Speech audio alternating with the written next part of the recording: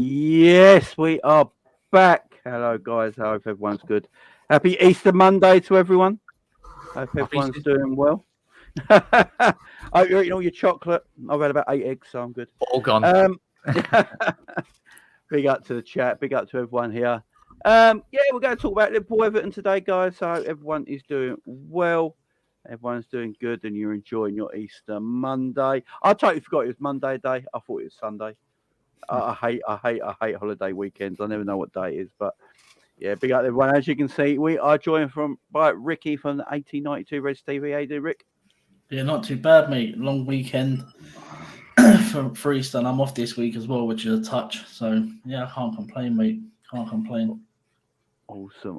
And of course, we're our scouser in the team, Jack from What? Anfield Road TV. How you doing, Jack? Not too bad. All sorted now, mate. So, but massive thank you for having me on, mate. And looking forward to today's episode. Right, let's talk about it. So we're going to do player ratings a bit later as well. So let's talk about Liverpool Arsenal, guys. Right, first off, when you saw the team sheet at the beginning before the game started, guys, what was your first opinions, Ricky? Midfield was a bit suspect. It clearly got overrun against Chelsea, got walked through against Chelsea, and he went to the same three against Arsenal. Back to back I think it's the first time where we've gone back to back with the same similar midfield for a while. But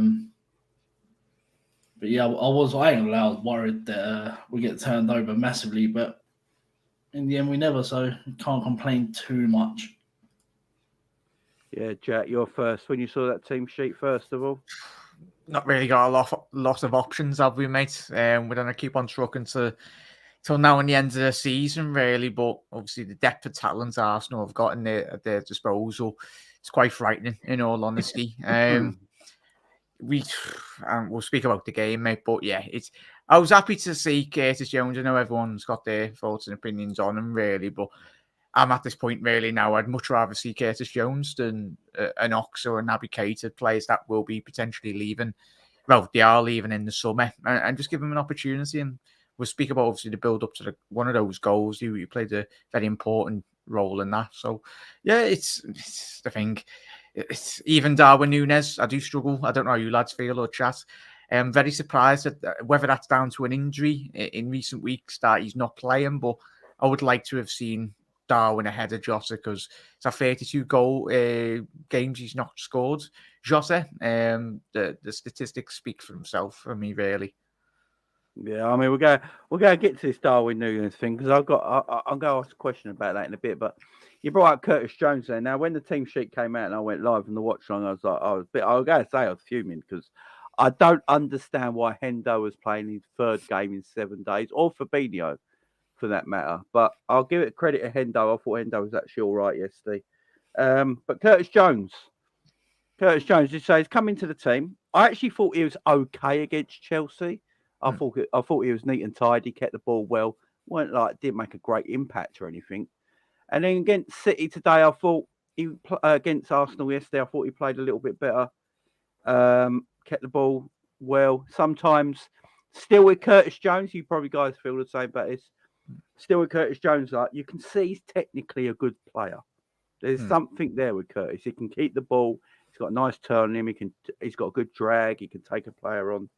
But it's his decision making still, Ricky, ain't it? That I can understand winds the fan base up. But I didn't think Curtis was terrible yesterday. I mean, for the midfield options, I'd actually, like Jack said, we might as well play him. I mean, fourth place ain't possible now. What, 12 points behind United?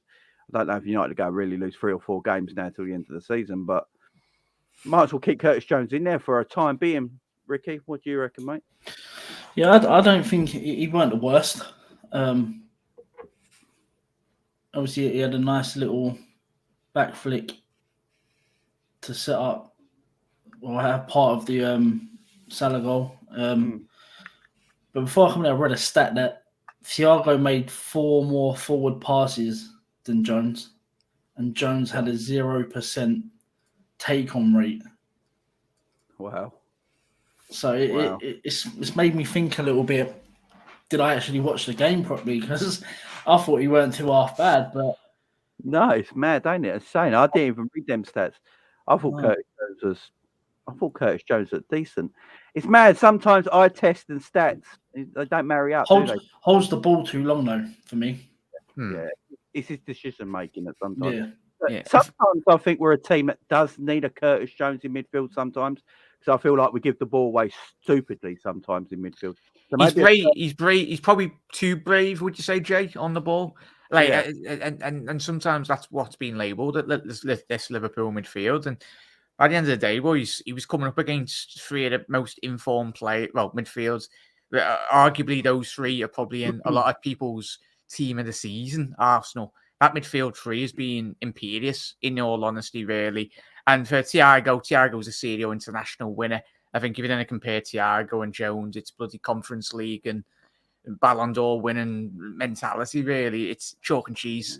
It's plain as day, really. But I think he's Curtis Jones, but that's a fault of Jurgen Klopp, not consistently playing Curtis. I think him, Bobby, and certain other players in this team, the more used to playing a more consistent game. I think if you're bringing them in for 10, 20 minutes here and there, I don't think we'll see the best out of their potential performance within a match day from week to week. No, I've always said I like Curtis as a player. I think he's generally got a bit of quality about him. I can understand why he's never played much for Liverpool. I mean, the quality we had in front of Curtis, especially the last few years, not maybe this year, but the last few years, he was never going to get in the team. But the way we are right now, we're lacking energy. Curtis brings us a bit of energy in midfield, brings us a bit of tempo. You know, we need that youth there. He's got a bit of quality about him. He's got something about him. I don't think, one thing I'll say about him, and I say this about Harvey Elliott as well when they're having stinkers, they don't go missing. You know, he's still asking for the ball, even if he's not having it. I've always said this about Harvey as well, no matter people's opinions on Harvey. He still wants the ball. He still wants to try and do something. You know, he's not going missing in games all the time. And I think there's a lot of professionals that are much older than him in our team right now who do go missing quite a bit. And so I'll give Curtis credit for that. Has he got a future at Liverpool? I don't think so. But right now, I don't think we can complain if Curtis plays against Leeds next Monday. I mean, he probably should keep his place. You know, I look at someone like Hendo and Fabinho that, you know, they look like their life source is completely drained, don't it? And, you know, Hendo again yesterday. I thought Hendo was actually okay yesterday. He got in some good positions. The way we set up, Ricky, with like Hendo covering Trent at right back sometimes. So Trent going to midfield. We're going to get to this bit in a minute. Talk about this weird formation we played yesterday. But then Hendo in attacking areas, that right-hand side yesterday. He got in a lot of good attacking areas yesterday, Hendo, in that right-hand side of the channel, or the pitch inside the channel, get on good spaces. But the problem is, yes, he can get into them positions, can't he? But his quality with the ball is not good enough, is it? It's because he's not used to passing the ball forward. So when you get in them positions, he shits himself. He doesn't know what to do with it. And don't get me wrong, I think his work rate was good. Yeah. So. In the second half, I think the first half the whole team was horrific. But the second half, him and Cement in midfield had a bit of movement between them, but yeah, you can tell there's massive upgrades needed in midfield, because you even look at the bench and you don't see who comes on in that midfield position. Like Naby Keita was, I don't know if he was on the bench, but I see him on the pitch at the end of the game with Konate, so he must have been about. But yeah, Henderson, he gets in them position. He don't look up for me. He just hoofs it in the penalty area. Yeah, he just hoofs it in the penalty area and expects a 4-foot striker that we've got in Jota to challenge for it. But listen, I said to the boys earlier that come now till the end of the season, we've got nothing to play for. I'd rather know Europe. So let's give some of these players out, Carvalho, Jones, Elliott, more. I say Elliott, he's played probably the most anyone, but like Jones, Carvalho, some of these other players, just give them some game time, give them some minutes, see what they can do. For me, Klopp needs to tell these boys that you're all playing for your futures. I think he pretty much has. I think he said there's 3 that are guaranteed to be in this Liverpool team. So the rest of them need to play for their future. So they need to start getting game minutes to see if they're about it, if they've got fight in them, if they want to be at this club. For me, Yeah, I agree. I mean, let's talk about the futures there. Actually, that's a good point. So Klopp has talks about that. I think there's only a few players guaranteed in this Liverpool team for next season. One of them's obviously Alisson, the goalkeeper. One of them's Mo Salah because he just plays no matter what. And the other one is probably.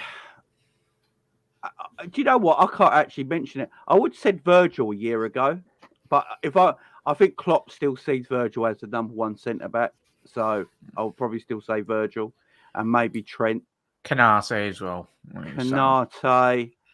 And this leads into a question about Darwin Núñez. And I've been saying this for a while on my channel. Does Jurgen Klopp rate Darwin Núñez? And the reason I say this is because Jota's been out for months with injury. He comes back, and as soon as he's fit, he goes straight back in the team. Starting. When Darwin misses a game, it's always because we're keeping his fitness levels or nonsense like this, or yesterday he was apparently ill. It's all crap. And I'm looking at it, and I said this in my watch along yesterday. If Darwin is being bought in, if you're Darwin Núñez right now, put him in his shoes. You buy him for 65 million from Benfica. It's a great season with Benfica, 30 plus goals. Liverpool come in for you. He's probably over the moon. I'm going to be Liverpool's number 1 striker. Mane's going out the door, so that's my place. I'm going to be their number 1 striker. I'm going to play with Salah and Luis Diaz. And then he comes to Liverpool and they go, no, you're more of a left winger. And then I've been thinking, maybe he's only playing left wing because Luis Diaz is out injured and he likes that pace out in the wide areas. Fair enough, okay. But then Jota comes back and Jota plays left wing instead of Darwin Núñez. And Jota can't run. And then I was looking at it last night yesterday and thinking, okay, so he's not. So what are we doing with Darwin? Because then we went and bought Gakpo in January, who's naturally a left winger. We went and bought Gakpo in January, who's naturally a left winger. And as soon as he comes to Liverpool, he's the false 9 in our team. And Jota's playing left wing. So, Jack, I'll let you have first say. Does Klopp rate Darwin Núñez? And where in the pecking order is actually Darwin Núñez in his team right now?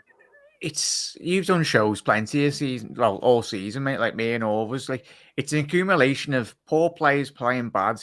We've all questioned tactics. It looks like the tactics this season are literally all up the wall, and no one knows where to be.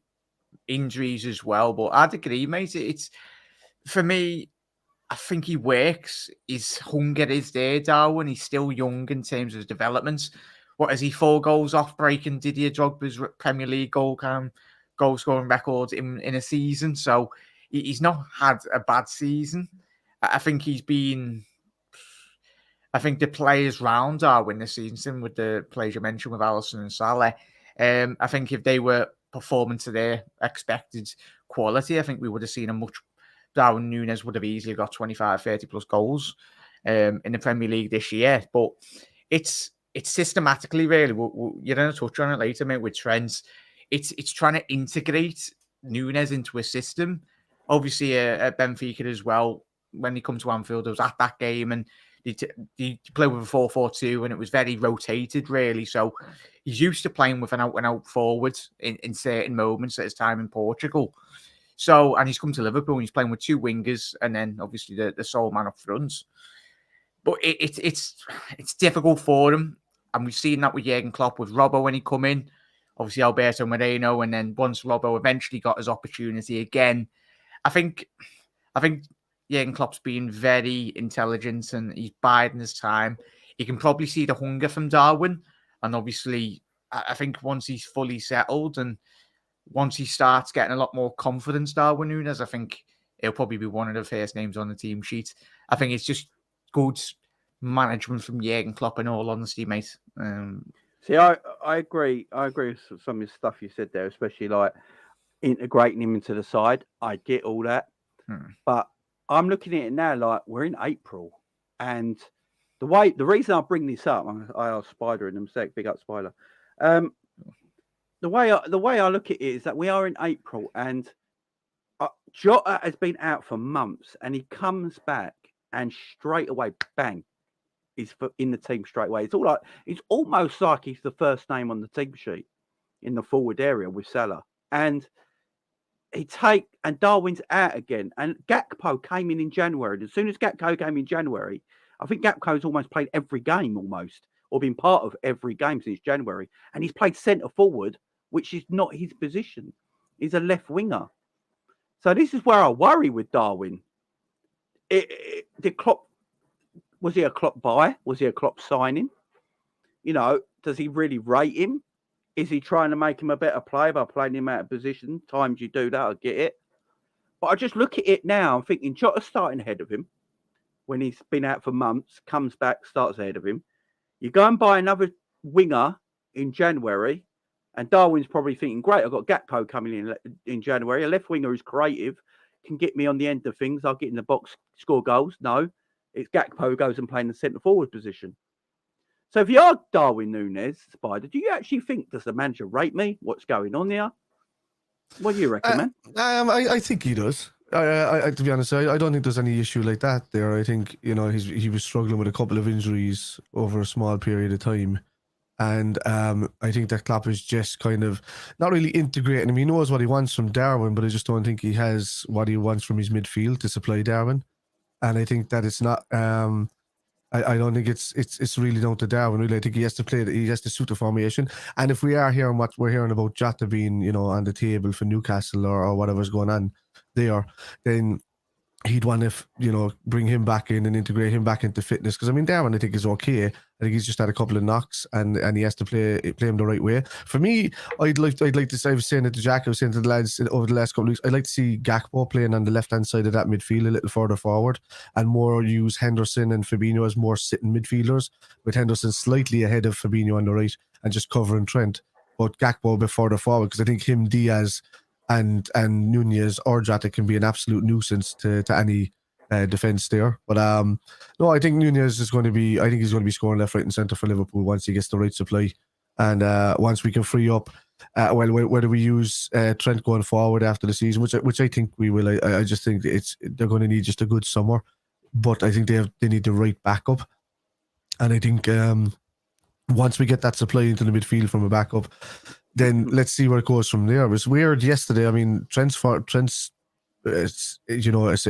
position yesterday, he was being told by Klopp to kind of go inside and stick there in the midfield and then come back when he needed to. So any of the issues with the ball going over the top of Trent wasn't on Trent, really. I think, although we've seen it in the past where it is his fault, I think he was told to stay in that midfield part and play more of an attacking role and press that Arsenal midfield a bit, and it worked to an extent, because the second half kind of proved a point to that, because I thought we were great in the second half, and I thought that Arsenal could have finished us off in 2 10-minute periods in the first half, and and that's the kind of the risk that we're taking. And if that's the heavy metal football that Klopp has got left with his team, then so be it, because I'd rather see a fight than us to just sit back and take it like a pass through the middle of the park and be opened up all the time, and the ball going over the top, and somebody stretching for it, and it was just poor from us defensively, and I don't think it's all really down to the midfield not covering the defense and the midfield not creating for the attack, because we've got good defenders, they're just not being helped, and we've got good attackers, they're just not being supplied.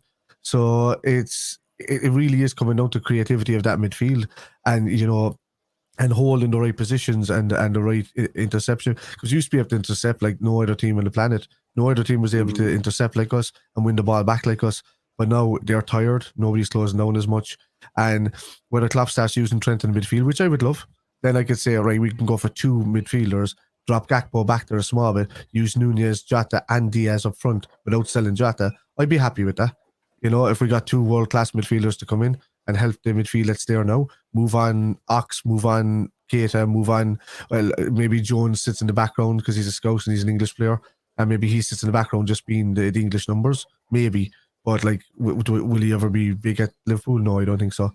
But yeah, for me, I would drop Gakpo back, because I think him receiving the ball in the midfield and driving on is phenomenal. I think he can take on 2 or 3 players, and he just glides past them really. And him doing that and attracting more players to try and attack him and freeing up Diaz and Salah, and because once they're all packed on that side, it frees up Salah at the back post, and nobody's watching Salah. And I think he'll see a lot more goals with that kind of formation.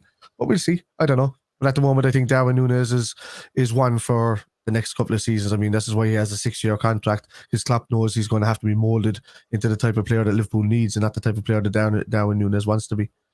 So yeah, I mean that's a great point. It's a great point. Big up Dub 8 becoming a member. Appreciate it, my friend. Appreciate it. Also, big up the team Coppish in the house as well. Big up Coppish.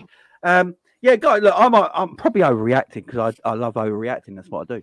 But but I just look at it and I agree with what everyone's saying. I think Darwin is going to be fine, of course. I think Darwin's going to be absolutely fine. But I just look at it and think, right now, look. Yes, he had a glorious chance yesterday. He should have scored. There's no excuse for it. Darwin Núñez should have scored yesterday. There's no excuse for that sort of miss at all. But I sort of understand it still at the same time because he barely plays. And, and I get what everyone's saying. I think there was a thing from Drew as well. Big up Dub 8 with a super chat. Big up to you. Thank you very much. Appreciate it. Dub 8 in the house. Thank you very much, my friend. Thank you very much. I look at Darwin. My worry is when Luis Diaz comes back, we're playing Gakpo in this number 9 position. Ricky, I think Gakpo's playing in this false 9 position for a reason. I think there's a reason behind it. I think Klopp's experimenting with something because our number 1 left wing is out injured in Luis Diaz. We all know once Luis Diaz is fit, he plays. So why isn't Gakpo just playing left wing, his natural position, while Luis Diaz is out? He's creative in the left wing area. You can then put Darwin through the middle. That someone that can help Darwin score goals would be someone like a Gakpo. So that is why I worry a little bit. Where do we see Luis Diaz's position? Do we see a whole new system next season? Do we go 3 at the back like this team actually should, and go 2 up top? Play Gakpo and Darwin together. I've been saying it for a while. I think Gakpo and Darwin together as a 2 could actually be lethal. Because if you look at Darwin at Benfica, played in a 2, played off someone all the time. He can't play up front in his own for me. So, what do you reckon, Ricky? No, I think he's setting it up to change formation for next season. I think with Diaz out injured, it doesn't help what he wanted to try. He's getting Gakpo in that false 9 ready to play the 10 next season, I think. So he'll go 2 in midfield. He'll go Gakpo ahead of them 2. He'll go Diaz on the left, Núñez in the middle on his own, and Salah on the right. There's no part of me that's worried about Darwin Núñez in the slightest. He will be the second name on the team sheet next season in that front line behind Mo Salah. Once we sort this midfield out with zero creativity, then Darwin Núñez will bang goals for fun. I've seen a lot of people on social media and stuff criticise the one-on-one Núñez had. Don't think it was the easiest of chances for how long he was on the pitch to be put in like that. Obviously, the ball got stuck under his feet a little bit. But the amount of chances he gets in games, he will score double-digit goals going forward next season. Like I said, once this midfield started and you've got someone that can actually pass the ball forward and create a chance for someone like Núñez, then he will score goals. He's on the left purely because he knows how to play on that left-hand side at the minute while Diaz is injured, so that we can get Gakpo used to that sort of position they're trying to turn him into this season. Obviously, you've got Jota coming in. I think he's trying to boost Jota's fitness up because he wants to try a few different things potentially at the back end of this season, or maybe he's putting Jota in the shop window for the summer to show other clubs what you can do to try and start some sort of bidding war. But I'm seeing a lot of people criticise Darwin Núñez should have scored. Let's talk about the 6 chances Mo Salah had yesterday. Yeah, let's go for it. Are we going to talk about that? I've got it in the thing that I said. So obviously, I put in on the channel that match reaction, and Salah goes missing again. And I've got a lot of criticism for that, saying Salah goes missing again. Now, yes, Salah scored a goal, no doubt about that. But missed penalty, that's becoming an issue. Then after he missed his penalty, he went to Mr. Greedy and missed quite a few opportunities that are most sad. Look, players miss chances, so I'm not too concerned about that. My problem is that we made a massive big deal of making Mo Salah our biggest paid player at this football club in the summer. And we all made a big deal of it. And we all said he deserves it. If everyone goes back on my channel a year ago, I said I wouldn't give Mo 350 grand a week because I don't think all round he's a good enough player to get 350 grand a week. And that is sort of showing up this season in some ways. Now, I don't know what we're going to do about Mo. Mo frustrates the crap out of me, guys. I don't know about all you lot. I know he scores bags of goals, but a player that scores bags of goals can still frustrate the crap out of you. How many passes did he give away yesterday? How many passes did he can't pass. give away? He can't pass. It's all the time. It's giving it away. Like, we get the build, like our way we play at the moment, we play out of the back, right? Our football is play out of the back. That's how we play, right? And when the forwards get it, it's meant to stick with the forwards, and then everyone pushes up to help out the forwards and get close, and then play 1-2s around the box and try and passes in for shots. Yeah, that's the way we play, our build-up play. But every time Mo gets it, we lose it again straight away. Or then he gets frustrated with himself and he tries to go for a shot, like the shot yesterday where he's got to go across the goalkeeper and he's trying to put it in the keeper's near post when the keeper's standing right next to it, and it goes about 5 yards wide. You know, we love Mo because Mo's got a back catalogue, right? Darwin Núñez hasn't got a back catalogue with Liverpool yet, right? So we look, when Darwin misses, we ain't got nothing to look back into and go, right, yeah, he'll get 20 goals a season, but he's going to miss so many. With Mo, we know he's going to get 20 or 30 a season, but, you know, if he was proper clinical, the man should be on 50. That first season, Jay and chat, that he was lethal. Like that it was Mo struggles when he has to think about stuff. I think the most clinical strikers in the Premier League, as we've watched over like the last 30, 40 years, they don't think about it. It comes naturally. But yeah, I think it there, Jay. And when you look at, and of course, everyone's allowed their opinions, and you can criticise Salah. Salah's not, just because he's on 350 grand a week, we should be able to criticise him. I love him to bits, all of us, but if you look at his goals, the penalties even, like what that would have done yesterday in terms of the momentum. We scored that pen 9 times out of 10, you'd think, with the atmosphere and goals do change games, and the flow in which that game would have went in favour of Liverpool. And obviously the goal against Bournemouth as well, who's to say we might have won that as well. You're looking at 6 points instead of the points that we have dropped, in all honesty. From 1 point to 1.28 extra. So, yeah, it's disappointing, really. But, yeah. What do you reckon, Spider? I think Salah gets a kind of a free pass this season. I think he's done enough for a bit. And I'm not going to be too harsh on him. If he keeps doing it next season, then I'll talk. But I think he's still got 25 goals. And he's 26 now. And he still has the assist to back it up, like 13 assists or something like that. I don't know what it is to back it up, but I mean it's a 38 goal contribution in 42 games. That's ridiculous.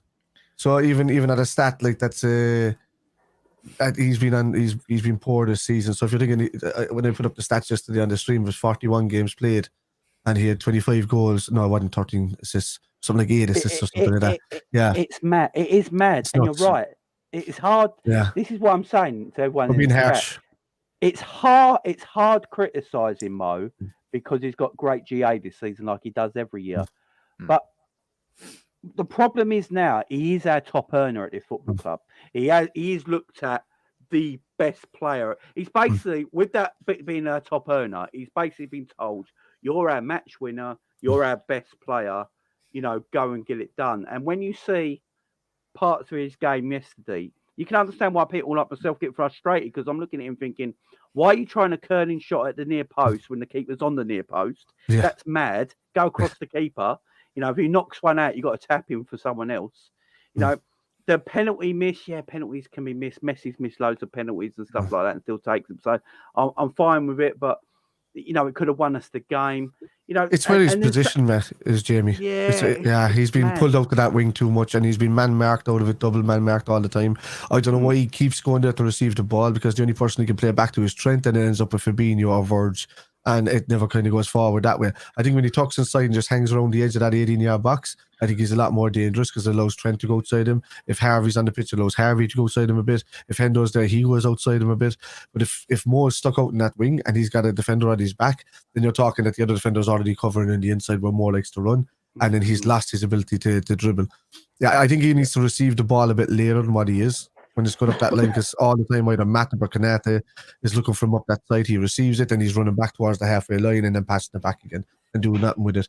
And if he does try to turn inside, he's losing it and losing possession, and it's getting turned over. So he's stuck out there. I think he's isolated out there, and I think he needs a proper, let's say, right attacking midfielder that can come up and really balance off of him and cover Trent at the same time. I think Henderson doesn't have the legs to do it all right now. Great servant, great captain for us and the whole lot, but I just don't think he's got the legs to do it backwards and forwards as a box to box. Would you say, boys, there's so much of a burden on Liverpool's right-hand side this season? Because we've been absolutely crippled down that left-hand side. We're getting done in from behind defensively. Every single attack an opposition team goes downside. I think whether it's Jude or Bellingham, a Jude or a Barella or whoever it is down that right-hand side, I think once we manage to sort that defensive area of the pitch in terms of isolating teams, stopping them coming down that right, then I think it potentially would allow Salah to be a bit more. He thrives in those central areas inside, in and around the penalty area. That's his prime, even at the time as Roman as well. It does me head in, as you said, boys, when he's isolated. Mo's so ineffective down that right-hand side. He thrives in the. He's not a winger. He's never looking to cross the ball. He's looking to take people on. And if he has to take people on almost 4 meters back from where he normally takes people on, then he's got all that extra work to do to get into position where he's comfortable to take people on. And that's the problem. So he's not a winger, as you say. He's not really a winger no more. He's not like, I look at Luis Diaz. Luis Diaz is probably a winger. Salah's not really a winger. I think with Mo, needs to decide what he is now as a player in some ways. Because I've always said it, Mo's a number 9 playing out on the right. That's sort of what Mo is. Mo's an output. Mo, you only have to listen to Mo in interviews. Mo loves output. He wants to break goal records and things like that. He loves output. That's what he wants. Mo just wants to score goals. So if he's our best goal scorer, should we just play Mo through the middle? This is where we're coming now. Is like he's not as good as dribbling as he used to be on that right-hand side now. I don't think he's lost a lot of pace, but he ain't got that explosiveness he used to have either. And, if that's gone out of his game a little bit. And I think Mo's changed his game a little bit for longevity, because I think Mo thinks he can have a long career. And, and I think he's changed his game. He's tweaked his game slightly so he's got long longevity, which is big up to him for it. He should do that. But playing on that right-hand side and the way we play at the moment, the way we're set up, I don't know if it suits Mo playing out there so much at the moment. Next season, if we change it up a little bit and Mo's more inside, because Mo on the width of the 18-yard box is a different Mo to a Mo that's out wide. Mo 4 years ago out wide was an animal because he had explosiveness, pace, he could still dribble, but now I want Mo in the width of the 18-yard box, guys. I don't know if you agree. Yeah, it's like with the situation, as I said, with the exact corner of that 18-yard box on the right-hand side. What we're missing is the ability to allow Trent to go up and cross the ball, because Trent doesn't get up the pitch as much as he did on that right-hand side. When was the last time you see him getting into the corner flag and trying to get across, or even the edge of the box? Because Henderson, but Henderson used to drop back into his position, or Fabinho used to drop back into his position and cover off, but they can't do that much anymore. Because when they get up there, they're knackered by the time they get back. So it needs complete refreshing in that midfield. I would absolutely keep Henderson and Firmino in the team, just so that they can get their ability to play football back, just so they can get their longevity back. Because at the moment they're playing at 60% of what they can be. Not because they're not for a lack of trying. It's just that they just don't have it anymore, and they need resting. We need a full summer of not do, because when you think of the 3-week turnover last season, it wasn't even that. Like the almost 3-week turnover. these lads need a rest. Virgil needs a rest. Henderson needs a rest. Fabinho needs a rest. Even Thiago, he's had enough rest this season with the injuries. But we'll bring him back and he'll get injured. Yeah, bring him back to get injured. So we need longevity players. He needs an understanding more with somebody up there. That's the problem. He's lost that understanding between Bobby and Manny again. And that's gone. So no, he doesn't. I think he's overtrying, and I don't know if he trusts whoever's next to him at that time, and he thinks he has to do too much. But he used to be able to just like one touch it, pass it inside, and he was gone, and the ball was underlaid to him. But that's not there anymore. He seems to have to turn, look inside. There's nobody there, then he's going back, and it's just not there. So that understanding is gone, and I don't think Elliott's done it with him. I think Elliott's on top of him too much, and I think he needs to create space for more for Trent and that's a whole to do his thing. Yeah, that's a whole new show in itself. Maybe the series, because it's what we do with obviously Harvey Elliott. He's not got that defensive side of the game. He's still so young, but it's whether you play Elliott in his more favoured position down that right wing. But I don't think he's got the attributes currently to play in that midfield three for Liverpool. I'm worried about Harvey's future, and I'll get to that in a minute. Ricky, your thoughts, man, on all that? I mean, someone put in a comment about Mo Salah's our top assister and whatnot. It's not that hard when the three behind him can't pass the ball forward. I'm not saying I love Mo. I think what Mo's done for Liverpool Football Club will never be broken, in my opinion. But if you're telling me we can't criticise Mo Salah because what he's done in the past, what's the point? I get. This team this season has been really, really poor. But there's 11 players on the pitch. You've all got to perform together as a team to get what you want to get out of the game. But Mo can't. Let's call it right. Mo Salah can't pass in the right positions when he needs to. You see when Darwin Núñez is clean through and goal, Salah don't pass it to him. When he does, we see it against Real Madrid. The through ball to Núñez in the Real Madrid game was horrific. You're on 350 grand a week and you can't play a simple through ball. And that wasn't the first time he can't play simple through passes. We've seen it in the past with Salah. He's not the best passer of the ball. But what he does offer you is when he's so far out on the right wing, there's two people marking him. We see it yesterday with Zinchenko and Xhaka were trying to man mark Mo Salah at certain times again. So it leaves spaces open for people like Trent to come inside, pick the ball up, pick the spaces, pick the right passes. We see Trent trying to put the ball over the top. We see it work nice. There was one when I think it was Trent that played the pass. Núñez headed it across to Konate, and obviously Konate was caught in two minds whether to go with it with his head or his feet. But to say we can't criticise Mo Salah is just a joke, in my opinion. I mean, everyone's criticisable from top to bottom. But I wouldn't change Mo Salah for anyone in world football. For Liverpool that's the confusing thing. I think that's what everyone's forgetting in the chat. We all love Mo, guys. Yeah, 100%. But I have a conversation with a Man United fan. I've got a close mate of mine who's a Man United fan. We had discussions. Would Mo Salah go do this somewhere else? No, he wouldn't. He's a Klopp-style tactic formation player. So it works. Yeah. I love Mo Salah. I've said recently he will go down as Liverpool's best ever player, in my opinion, Mo Salah, when he does leave or when he hangs his boots up. But he's not acceptable to criticism. Sorry, he has to take some. He's on 350 grand a week. If you can't criticise someone that's on 350 grand a week, but you can criticise one of the young boys for putting in a performance, then you might as well just call it a day.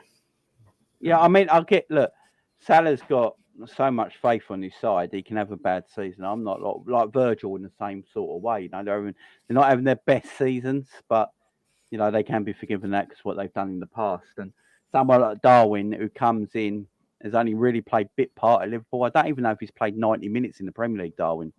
I don't think he's played a 90-minute game in the Premier League this season. He would have played against Palace, but he got sent off. Yeah. So a lot of his games are 20 minutes long. Cameos, so judging Darwin this season is extremely difficult, and slagging Darwin off this season is a madness to me. Yes, he's at fault. He should be burying chances when they're available to him at times. But Mo can be criticised, guys. We love him. I love Mo. I've already said he's I've arguably said he's Liverpool's greatest Premier League player over Steven Gerrard. I've actually gone that far with Mo. That's how much I rate Mo Salah, right? But he can be criticised, guys, and he does frustrate me. I watched the game yesterday, and if no one was frustrated by Mo yesterday, then I don't know what. I can't explain it, but I was so frustrated by the man yesterday. But then he's got like 30 GA this season, so it's so hard to criticise the man.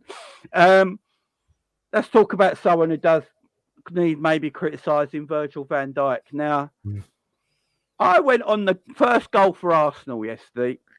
Everyone in my live chat, everyone on my live chat was like, Virgil's fault. Personally, I don't know what Virgil could have done a lot more when the ball's kicked straight at him and he's sort of leaning backwards and getting into a position to cover that comes off his foot. So my two people I blame more for that opening goal is Robbo for not doing his job. And people might not like this because he was probably our best player yesterday. But Konate did come out of position. We can't sit here and pretend that Konate didn't press for some reason and come right out of position. If Konate actually stayed in his line with Virgil, he would have cut the ball out. So I look at that first goal yesterday, guys, and I look at it and think, yes, Virgil was just unlucky. By the way, I've seen that exact sort of thing done. What Virgil did yesterday, I believe Vidic done once in a Man United game when it was kicked at him. And he couldn't move his feet, and it just come off his foot, and it was like a great pass. Do you reckon Virgil, if anyone thought Virgil meant that pass or anything like that ever, then I'm sorry, that's just madness. Like he meant to kick it that way.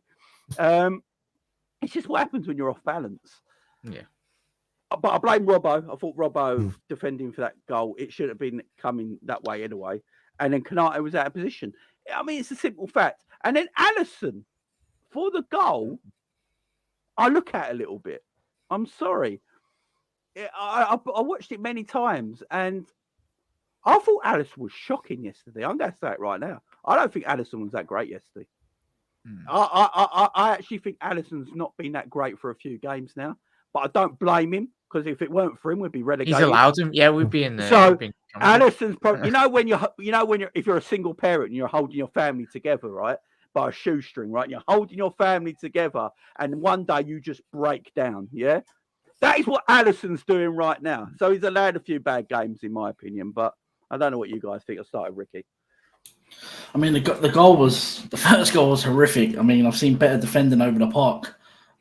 You've got Robertson who keeps charging forward, thinks he can win every first ball when he's nowhere near it. We see it against City for one of their goals, where Klopp's told him to calm down. He don't have to rush in for everything. He rushed in again, fell over. But let's talk about Cement that was next to him, was just bypassed with ease and couldn't get back there. We then talk about Virgil van Dijk, who for me, I love Virgil van Dijk, but I'm on the verge of saying I think he's done at the top level potentially because I've been saying it for weeks. I think it's killed him. But for me, the blame of the goal goes down on Robertson, Fabinho, Van Dijk for not really reading what was going on. Yeah, he weren't really reading what was going on, and he sort of turned his back and he got his old feet all clogged up. But again, it's so easy to just bypass players in our team. No one knows how to do a tactical foul. If Fabinho was a lot closer to the player, he could have brought him down. But I just think defensive, we're saying a lot of work needs to be done in the midfield. Bar Konate, I don't think any of that back four are safe for starting positions. I agree. I agree. So, but what do? Do you bring it out of form Van Dijk in for Joel Matip, who I don't rate? Joe Gomez, for me, he's not a centre-back. He's more of a right-back.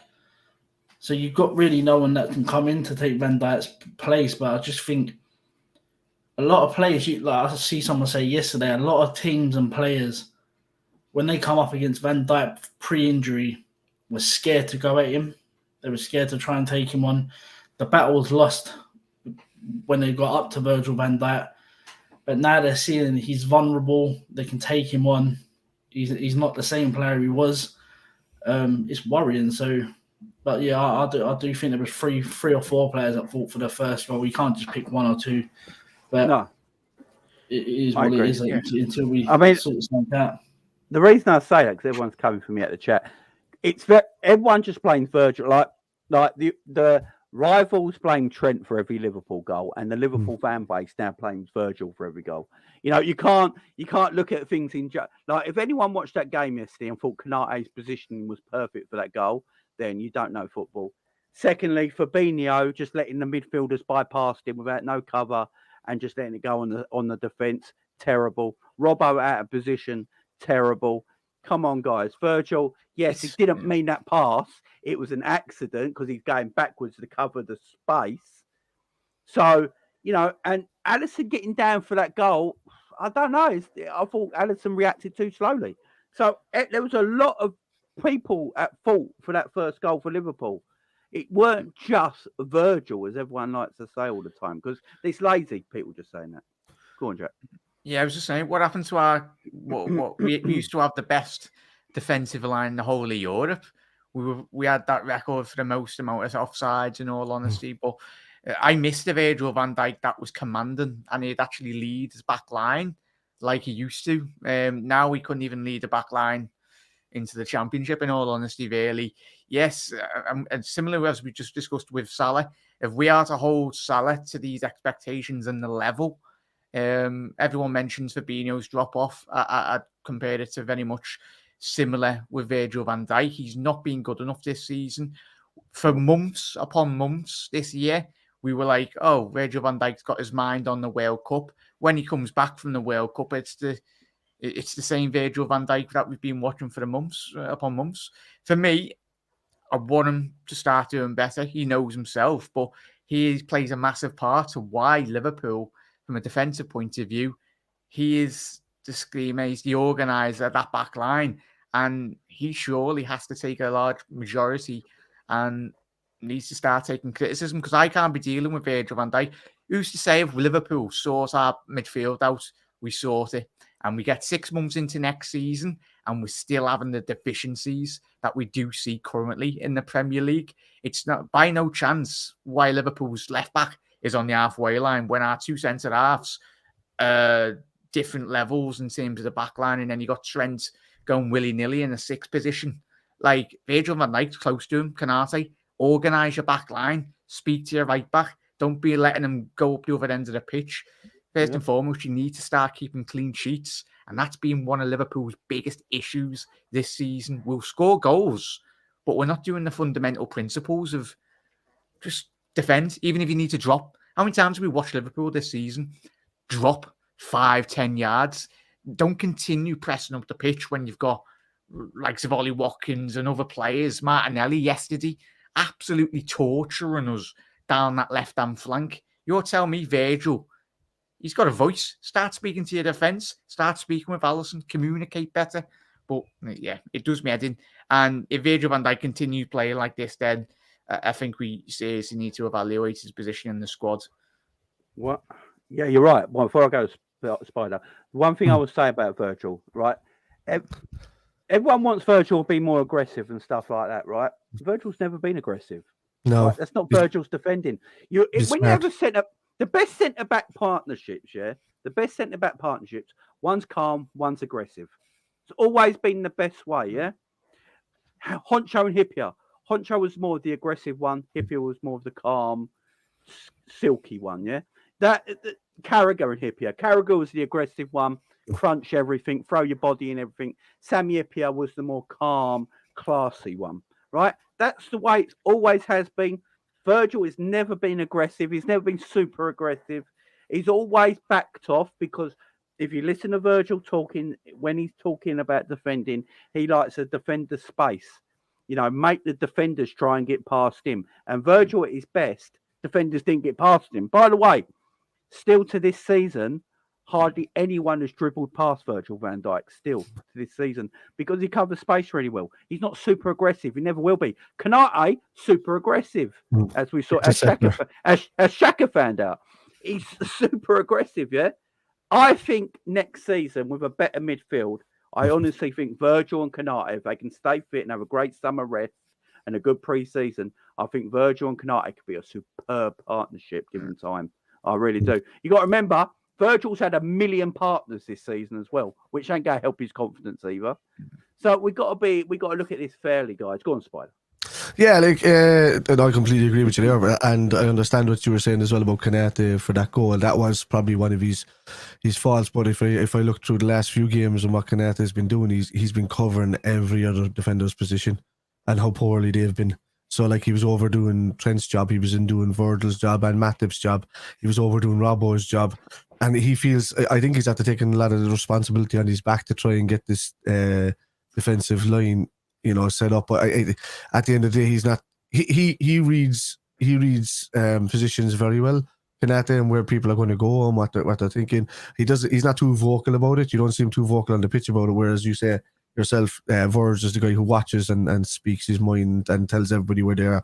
And he hasn't been doing too much of that. He's just been kind of giving out or just been saying the odd word and trying to move people up. But they haven't been. I just think the confidence has gone in the backline in themselves, and they're just trying what they can do. And I think, I resonate with what you guys were saying in that get the right midfield in around them, get the right protection in front of them, and I think they'll be back to what they can. Give them a rest. See how it goes. If you don't, then be ruthless. Get somebody else in that can do it, or somebody who forces them to do it. Forces them to get back to their best. Because at the moment, I think Trent is coasting because he has no competition. I think that Robbo is way too tired. I think he always gives 150% in every game he's in, and I think so. Even he can't keep going at that pace, and I think it's catching up with him. I think Verge has never really had a recovery period from coming back from that injury. He wasn't really eased in. He was thrown straight back in, played a full season, then went to play a World Cup, and is now feeling the constraints from that. But still not an excuse for some of the mistakes he's making, because that's schoolboy stuff with one or two of them. So, for me, look, get the right midfield in front of him, and I think Konate and Verge are your main two guys next season. Get one more good, top quality defender in there. Matip is probably going to be moved on at this rate.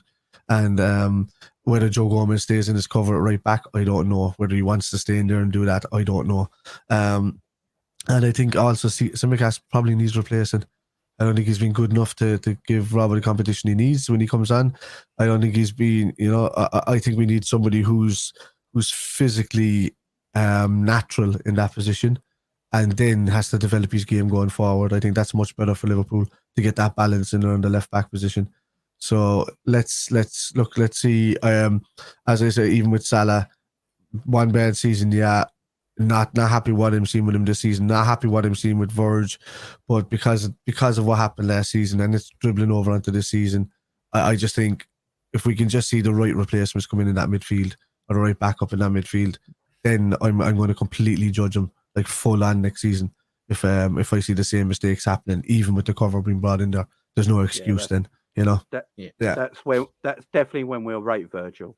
Look, there's a thing where Paleo Maldini once said, "You should never know how good your defenders are." Right? And it's a true fact, because, if what Liverpool got at the moment is the equivalent of me, Spider, Jack and Ricky in front of our defence, yeah? Right? And that is what literally Liverpool have right now. No wonder we're getting smashed about all right. How much? They're not superheroes. Yeah, it's not the Avengers at the back. They're just normal human beings.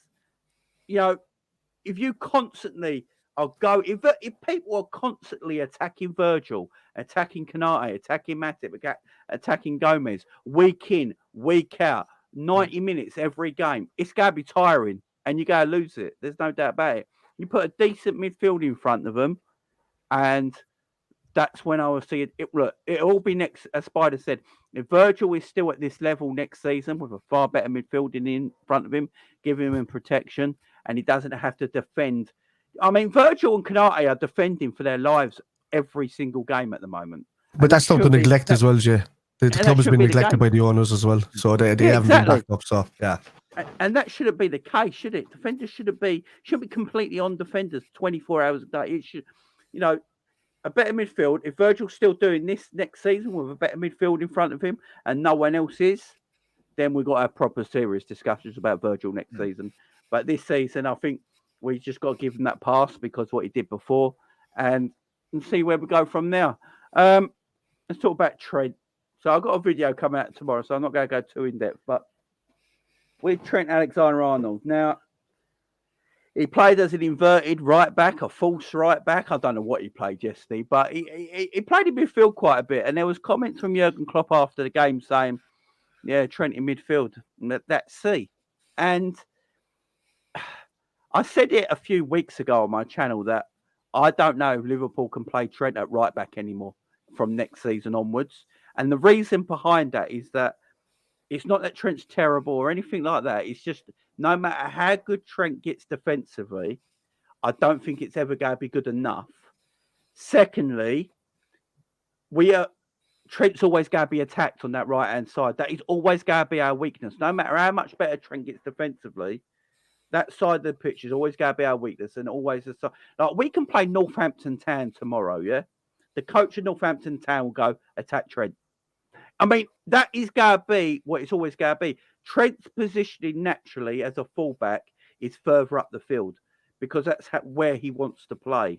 You know, he was naturally a midfielder as a young kid, you know, and then we asked him, I mean, I don't know if people know the story, but Jurgen Klopp and his staff asked the academy to get Trent in the first team to train him as a right back, right? That was the whole point. He was meant to be coached as a right back in the academy, but then Nathaniel Klein got injured and we didn't have any right backs, so we called Trent up and made him and put him in the team, and he weren't really completed his coaching yet as a right back in the youth setup, and he's had to learn on the job, and now he's 24, and as a 24-year-old, I can't keep coming on every single week and asking my 24-year-old defender to keep getting better at defending. Now, there's a certain point of your age that, you know, you should be getting to your peak soon and your full development is there and you should be away and running. So I don't know next season if we can have him as a right back. And Klopp's looking at it now and thinking, you know what, that might be the case. We're going to have to try something and put him in like maybe midfield, right centre midfield, but that means a change of formation. The first half hour yesterday, it did not work. We're getting annihilated on that right-hand side because guess what? We didn't have a fullback because Trent was so inverted. And Trent don't know what inverted means at the same time because Trent was like on the left-hand side of the pitch at times. That's not inverted, Trent. You know, sometimes he was number 10. Sometimes he's sitting as a number 6. I think Trent was a little confused by it as well and not sure what to do. What do you reckon, Ricky? What do you reckon we're doing with Trent? Yeah, I mean, if you go back a couple of years, Trent at right back was never overly massively exposed like he is for the last couple of seasons. And that's purely based on your right centre midfielder and your right winger. They used to support Trent a lot more than what's been happening. And that's not down to quality, it's just down to a lack of Jordan Henderson's legs are gone in that right centre midfielder place, so we can't get about the pitch as much as he used to. Because you see the left-hand side of Robertson, he's always got a Jota there helping him, doubling up on people. You've also got Fabinho that's sometimes over there. But on the right-hand side, it's massively a miss because of the legs. I've been saying it for a few weeks now that I think Trent should be moved in to midfield. If you're going to play a formation with 2 6s, Trent won't be the worst in that sort of formation because he could be the one that dictates play in that position. Kimmich. Yeah, like with his range of passing, I think bar Kevin De Bruyne, Trent's got the best pass in the Premier League. So if you put him in that 6 next to someone that can do the defending duties of that side of it, Trent could be our Kevin De Bruyne in terms of that assisting, setting up different phases of play. But then it leaves who do you go get for right back? Does Joe Gomez come in there next season and play right back? Not for me. You'd have to go look for a right back in the summer, but there's not that many top level out there where you've got midfield issues to sort out first before you potentially go get a right back. So you'd be looking a lot further down the barrel at right backs after you spend money. But it's going to be interesting. Like Klopp said, that Trent in midfield, we're going to try it out. And we did in first half, it was a bit, I don't think none of the players knew really what Trent's role was. So they were leaving gaps on that right-hand side in certain phases of play. Second half, I think Trent and the others figured it out what he needed to do. And I think Trent looked a lot better in that sixth role when Thiago come on the pitch. Because Thiago likes to dictate play as well, hold the ball. So that massively helps as well. It could be something we should look at by playing Trent and Thiago there for the rest of we've got 9 games left. Maybe give it to them two to see what them two can build some sort of partnership there, and then play Gomez at right back for now. But would it work away from home? Is my thing. Yeah, it's all right playing at Anfield when the crowd are up. You're pinning Arsenal back. Arsenal are sort of maybe trying to protect the point that they're going to get and not lose the game because they're in the title race. It'd be interesting Leeds away on Monday to see Trent play this tactic again and see how open we really are with it away from home. So it's going to be interesting. What I know a lot of people are saying, like big up Lennon, I just saw his chat where he's saying apparently Trent and that have been using it in a couple of sessions in training and looked at Arsenal and City do it with the inverted fullback. But the problem is their inverted fullbacks are actual defenders. That's the issue there. Trent's natural game isn't about defending. I don't think Trent's natural thought process at right back really is to defend. It's to attack because he was a midfielder, right? So it's not in his natural process. That's why his defending is the way it is. And to play an inverted Trent, basically, is that 6 that comes inside. He hasn't got the defensive capabilities or know-how to make sure he gets back into a defensive right-back position after. And that's an issue. So I think Klopp wants Trent in midfield or attack or further up the field to use his creativity, yeah? The perfect way to do this is play Trent right wing-back. I've been saying it for ages now. You look at Reece James at Chelsea. Reece James for Chelsea is more in the opposition half than he is in defending areas of the pitch because Chelsea acknowledge how good he is and silky he is on the ball. You know, it's a tremendous player, Reece James, and they want him in further attacking positions. And when I look at Trent, I'm just thinking Trent is better than Reece James in attacking areas. Yeah, let's get the best out of him. You got them 3 centre backs at the back. You put Konate as the one on that right hand side that can come across and cover Trent's, that fullback position where Trent's forward in a wing back area. You go and buy a quality defensive midfielder that can sit in there as well. And I literally think that's Trent's position, Jack. But I don't know if Klopp will go to 3 at the back, and that's the issue. It's going to be interesting. You look at Brentford, the way they deploy. I think they play 3 at the back or like a 5 system. At Brighton as well. Bayern Munich at times this season. Obviously, City and Arsenal, as he's alluded to. Ricky's like spot on there in terms of systematically. We need to, as we've already alluded to today, mate, we need to do something, try something. We could use these next 8-9 games to test for next season. Obviously, we'd like to get top 4, but that ship sailed, really. But you've both hit the nail on the head in terms of said basically what I would have said, mate.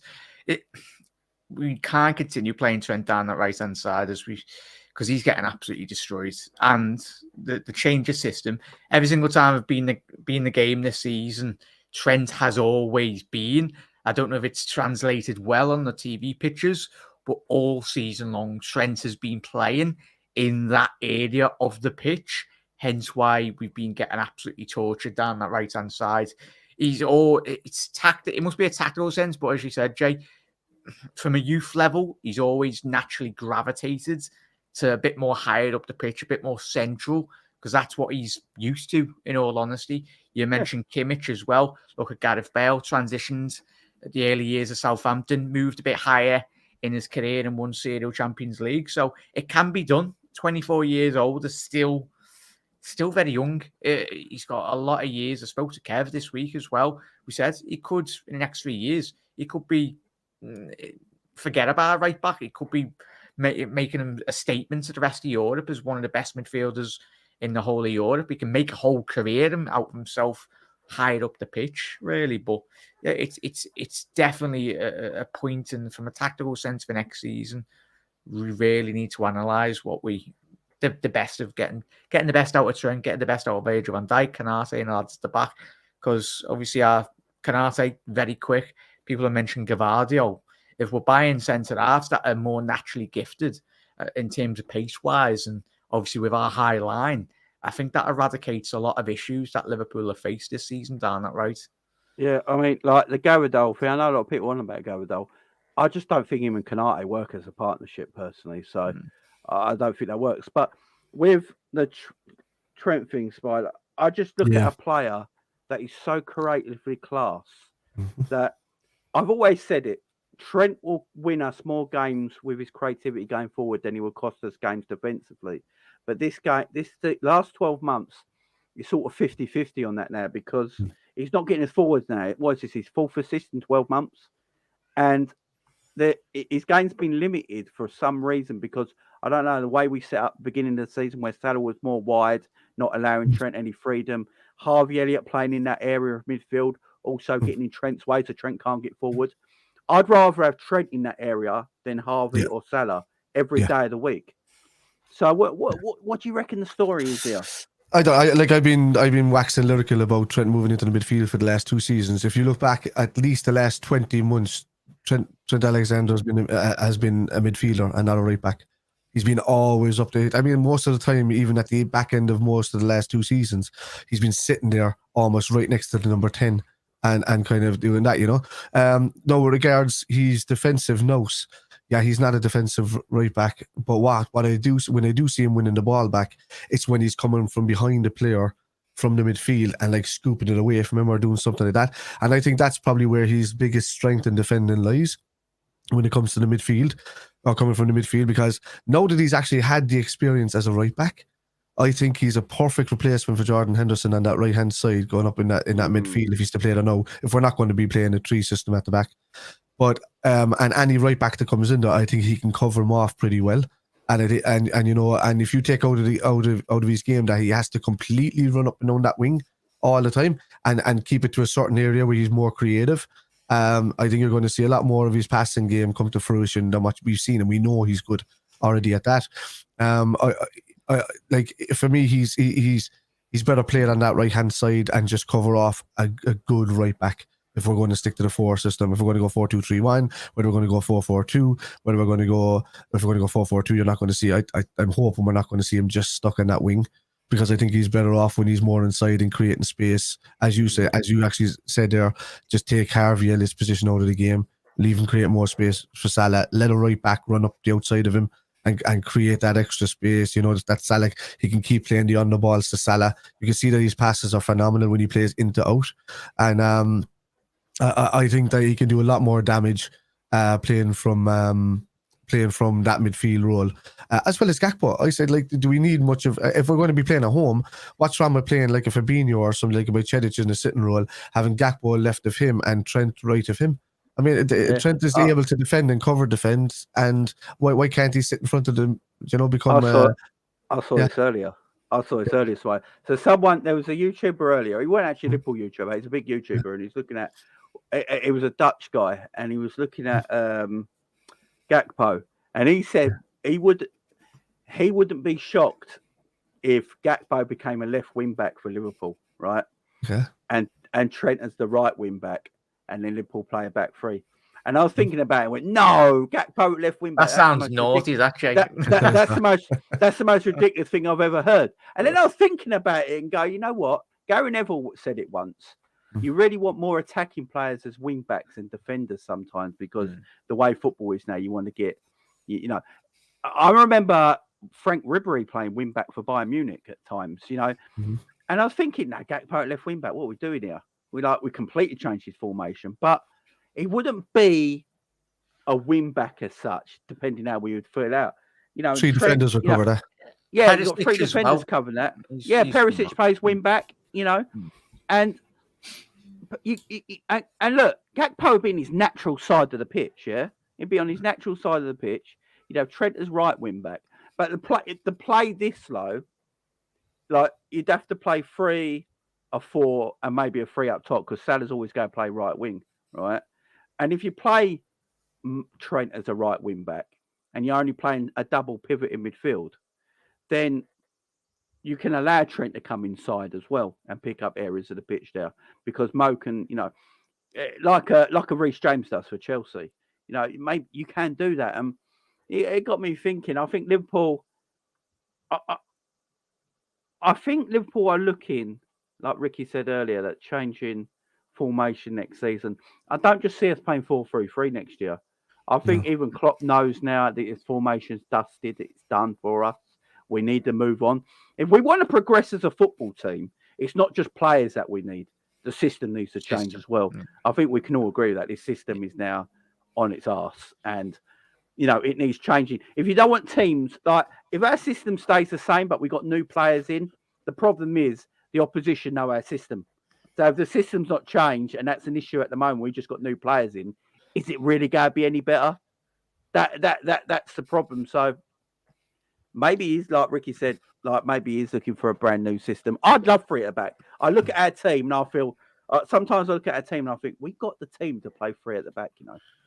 Some of our best football this season, Jamie, was played in 4-2-3-1. So even if like I know we don't have the capacity to play with 3 at the back, but this season when Klopp changed to 4-2-3-1, we won like 6 games in a row before the World Cup or something, you know.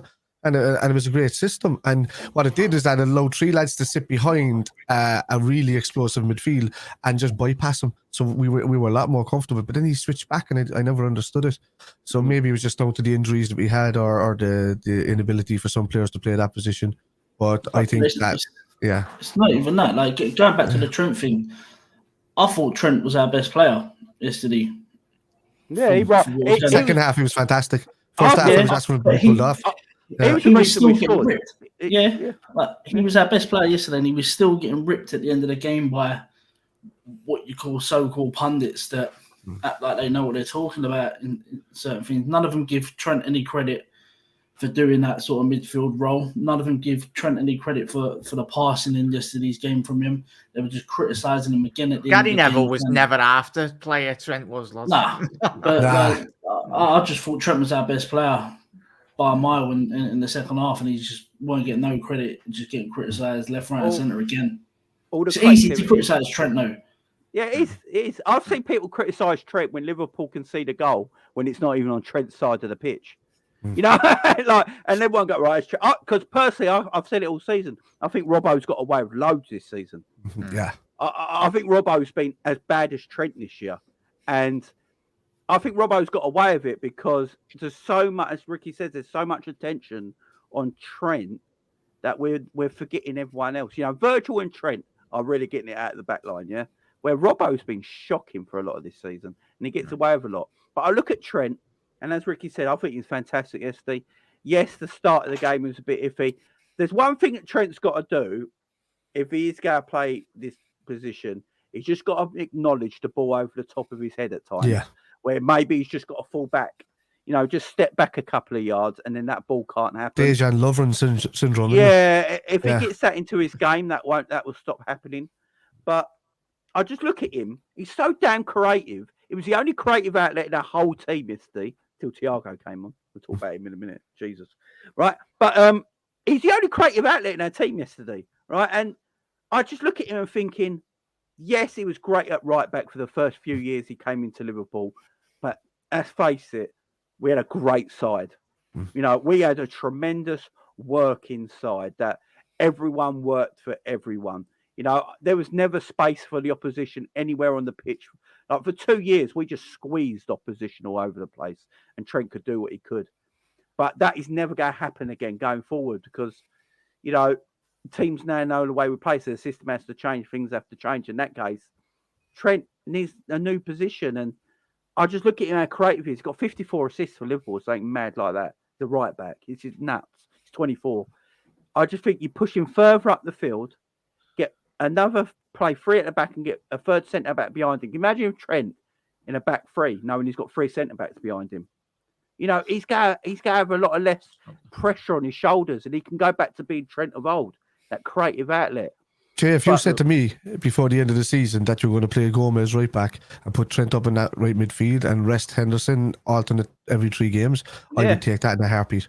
I would take it in a heartbeat, and I would say, I don't think Endo gets back in the team if you play that way, because Trent would be so dominant in that position. Yeah. Plus, Trent can run up and down. He's mobile, so he could be so dominant in that position. You know, Endo might be done, but you know, Trent, he's a great player. There's no doubt. Even I called for his head in the first half because there's like 2 or 3 mistakes that he made that were really poor, and I was like, get him off. And then the second half, I was like, keep him on, please keep him on. He's been phenomenal. You know, totally hypocrite.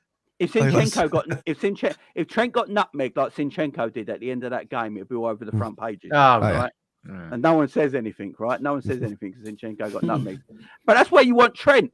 Who would you rather have on that right wing side at the 88th minute looking for a goal? Salah crossing it or Trent Alexander-Arnold? Trent Alexander. Trent Alexander-Arnold. It's an easy question, ain't it? So let's get Trent more advanced up the pitch. Let's use his creativity. We've got one of the most creative players in the Premier League. Let's start using him better. But let's go to another creative player. He played, 20 minutes?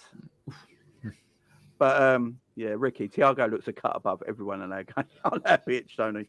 Oh, he's the most frustrating player, man, Thiago. He's a Rolls Royce of a football player. That injury, the injury he had with his hip, everyone thought he'd be out for 2 weeks. He was out for more or less 2 months. And then the first training session back, you see him, he's going in on a sliding tackle with, was it Jota or Diaz? And I'm thinking, come on, man. You know your body is not there no more. Just relaxing training, put him in cotton wool. But he come on yesterday and it just gives everyone around him a lift. I mean, there's not many passes Thiago does that are wasted. Nope. He can find small spaces with his through balls. His work, people criticise his work rate, but I think his work rate is class. He'll run around, put tackles in, he'll fly in. He's good in the air. We've seen him win headers in the air, Thiago, but we just need him to stay fit. And I think the 9 games this season, it is what it is. When you go and invest in the summer in the midfield, you need to manage Thiago's game time a lot better. The games for me Thiago plays is the big games, the City's aways, Man United away, the Chelsea's away, Arsenal away, them games. You don't need to be seeing him against the lower teams down in the league next season. Once we've sorted our midfield issues out, you just play him when you need to play him, and then hopefully you don't pick up as many little injuries as he has this season. But I mean, what a player to have come back. I know what we've got 9 games and they mean nothing. But it's good to have him back. It'll be a lift around other players, and he's a leader as well. He'll pull people up. He won't let stuff go unnoticed. I've got a question, boys and chat. Do you give him a contract extension the end of next season? When's it run out? 2024. It's his last season, next season. Yeah, I'd give him a deal if it's on reduced terms. We had this. I know Thiago and Henzo are completely bloody. Thiago's miles better. But I'm just looking at it in terms of injuries.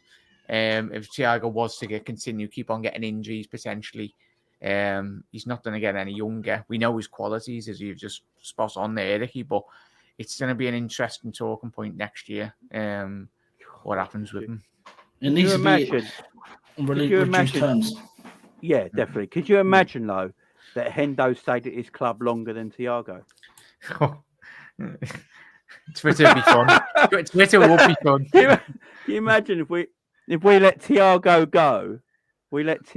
go, but we keep, because we gave Hendo that brand new deal, yeah, and we keep, and that'd be Apparently, Barca want him back, didn't they? Barca want him in the summer. I don't blame him. He's a sexy player. Let's get it right here. Thiago's class. But our problem is that Thiago can't keep fit. Now, is the problem with Thiago not being able to stay fit part of the reason of the system? That the system tells him he has to run around a lot in that midfield. You've already heard Thiago talk about Klopp showing him how to run, and everyone found that hilarious. Like, how do you not know how to run? But is that probably why he's breaking down, Jay? Yeah. What he meant by it is that Thiago's never had to run. He played for Barcelona and Bayern Munich in a double pivot. They always had the ball. And he had another defensive midfielder next to him and something like wide players and a number 10 in front of him. He's a flair player. He's not a workhorse. Yeah, there was a lot of space, but we've made him into a flair player / workhorse in our team. So Thiago's going to bring up muscle injury after muscle injury.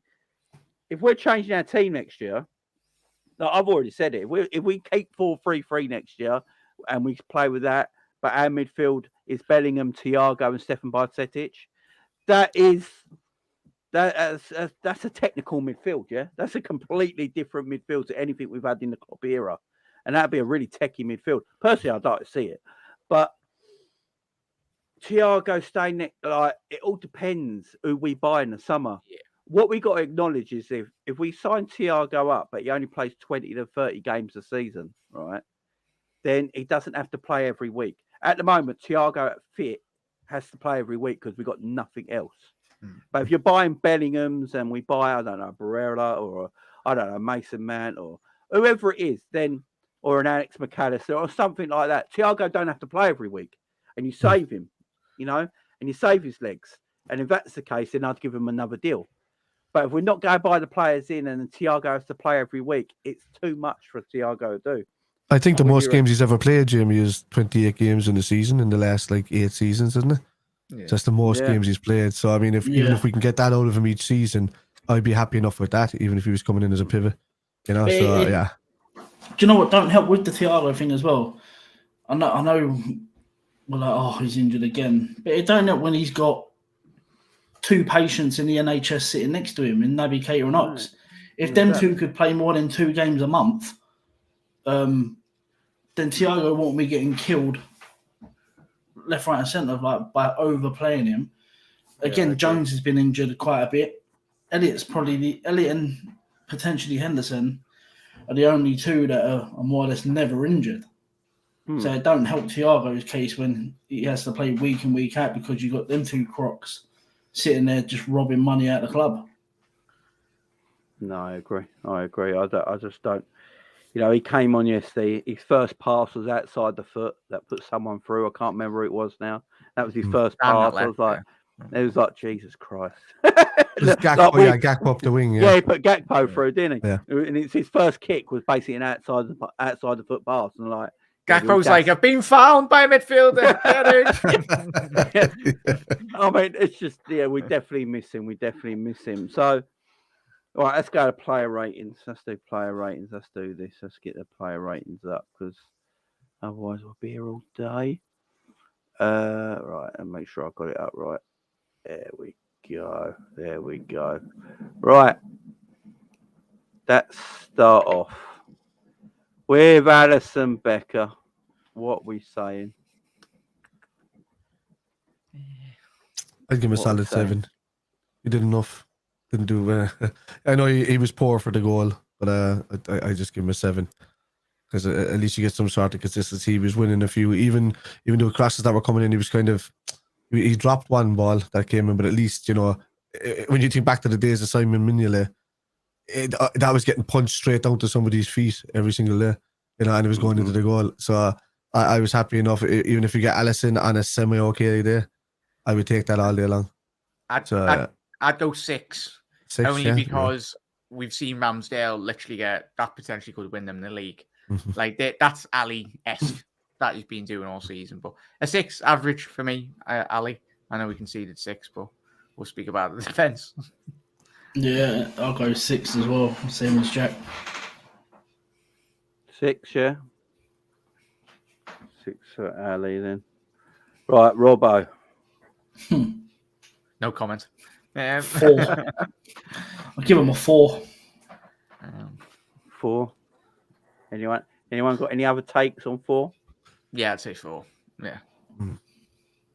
What do you guys think's wrong with Robbo? Because Tiredness.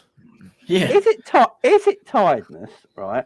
How old's Robbo now? 29? 29, yeah. Are we looking at we might have seen the best of Robbo now play for Liverpool Football Club? It's weird though, Jay and chat. We seen Robbo play for Scotland a couple of weeks ago, and he got 3 assists within 2 games. So it's and he was teeing up bloody Scott McTominay. He's got better players around him. It's the same as the 2021 or 2020-21 season, lads, where Trent and Robbo were limited of assisting going forward because our midfield was our defense was decimated and our midfield had to become our defense, and that means it didn't allow Trent and Robbo to play their game. And because our midfield is so poor this season, it hasn't allowed Trent and Robbo to get us forward as much as they could. Salah's been coming out too far. Elliott's been on top of the 2 lads. The lads aren't crossing balls because everybody's on top of their positions. But when we should be tucking in all of those lads, packing the midfield, creating little triangle pivots, and then allowing Trent and Robert to play their game. And that hasn't happened. So that's what's happened to him. And because of the length of the season last season and, you know, how kind of tired looking he's been, he's always given 150% even at his peak. But trying to give, even his heart is telling him to still try his hardest, but his body's just not able to do it at the moment. So I think that's where we're at. I haven't spoke about it yet. The ref elbow to Robbo. Yeah. Right, I have never seen anything like this in my life, yeah? And I don't know what it is with the media, right? But this is why I think the media... Everyone calls the Liverpool the media darlings, yeah? It's the most untrue thing I've ever heard in my life. Because the media hate us, right? I mean, you only got to go back, obviously, what happened in Hillsborough, God bless everyone. But, you know, look what the media did to Liverpool back then. The media hate Liverpool Football Club, right? We're no media darlings at all, right? I had never seen journalists actually stick up for a linesman elbowing a footballer in my app. I think it's Martin Samuels, of the Daily Mail. Tells you it always the Daily Mail, right? Man United fan. He said that he should have, I bet all the refs are like, go on, son, and all that sort of stuff. What are you chatting about? Such a dangerous precedent, that, Jay. Elbowed a footballer. I mean, if this happened to a Man United player, I can guarantee you now, if that happened to Marcus Rashford, this linesman wouldn't have come out for the second half. I guarantee you, if Marcus Rashford for Man United got elbowed by the linesman at half time, he would have not come out for the second half. Bruno would have been in A&E for about 2 months. It's just mad, ain't it? I just don't get it. And now they're all trying to come up with things like, oh, it's Robbo's fault. And Robbo got booked. It's Robbo's fault. Robbo was pulling his arm and it was a reaction. No, it weren't. I've never reacted like that with someone pulling my arm in my life. What are we chatting about here? When you think of it this way, Jay, you have to stretch out to pull somebody back. When you stretch out, there's no way the length of somebody's normal 2 hands are the same length as somebody's elbow coming back at you. So I think he lifted his arm off the elbow and went for the face and got him in the throat. I've been going to war with everyone on TikTok chat. If you don't follow me, the amount of nonsense that has been getting put below that video that I done last night. It's all Manchester United fans and all that. But I've been debating, and this probably goes into another point. The lack of respect in football from footballers to the officials. We've all watched rugby games, and obviously we know the respect between. But I'd like it to go down the roads of that. But football's never been like that, and it's disappointing, really. But yeah, they need. But it's this case of rival fans going, as you said, Jane and Kev. It's a Liverpool player. They can't do it. The players really need to and watch. I bet you any money, chat. I bet you Robbo gets a suspension because he laid hands on a referee. I wish he'd properly laid hands on the line. So, but they need to be held accountable, Jack, don't they? They need to come out like the rugby players. They need to be mic'd up. They need to be made accountable for what they're saying on the pitch, because I think they're getting away with too much. There's history between that lino as well, chat. You remember a couple of seasons ago, I think that was the same referee that come when we played Spurs, and whoever the ref was at the time was literally going, "Was it a pen?" And you could see it on television cameras. They're like, "We don't know." They're an absolute disgrace, all these refs. They need bidding That was the off. one they said if Lovren touched it, it was going to be a penalty, and if he didn't touch it, it was a pass through. And he didn't touch it, but they still give it. And then your man kind of celebrated at the side. You see the referee or the linesman kind of going, yes. Yeah. I have to say, like, my decision was made. And I'm like, you're doing that on camera, man. You could see the bias, It's just madness.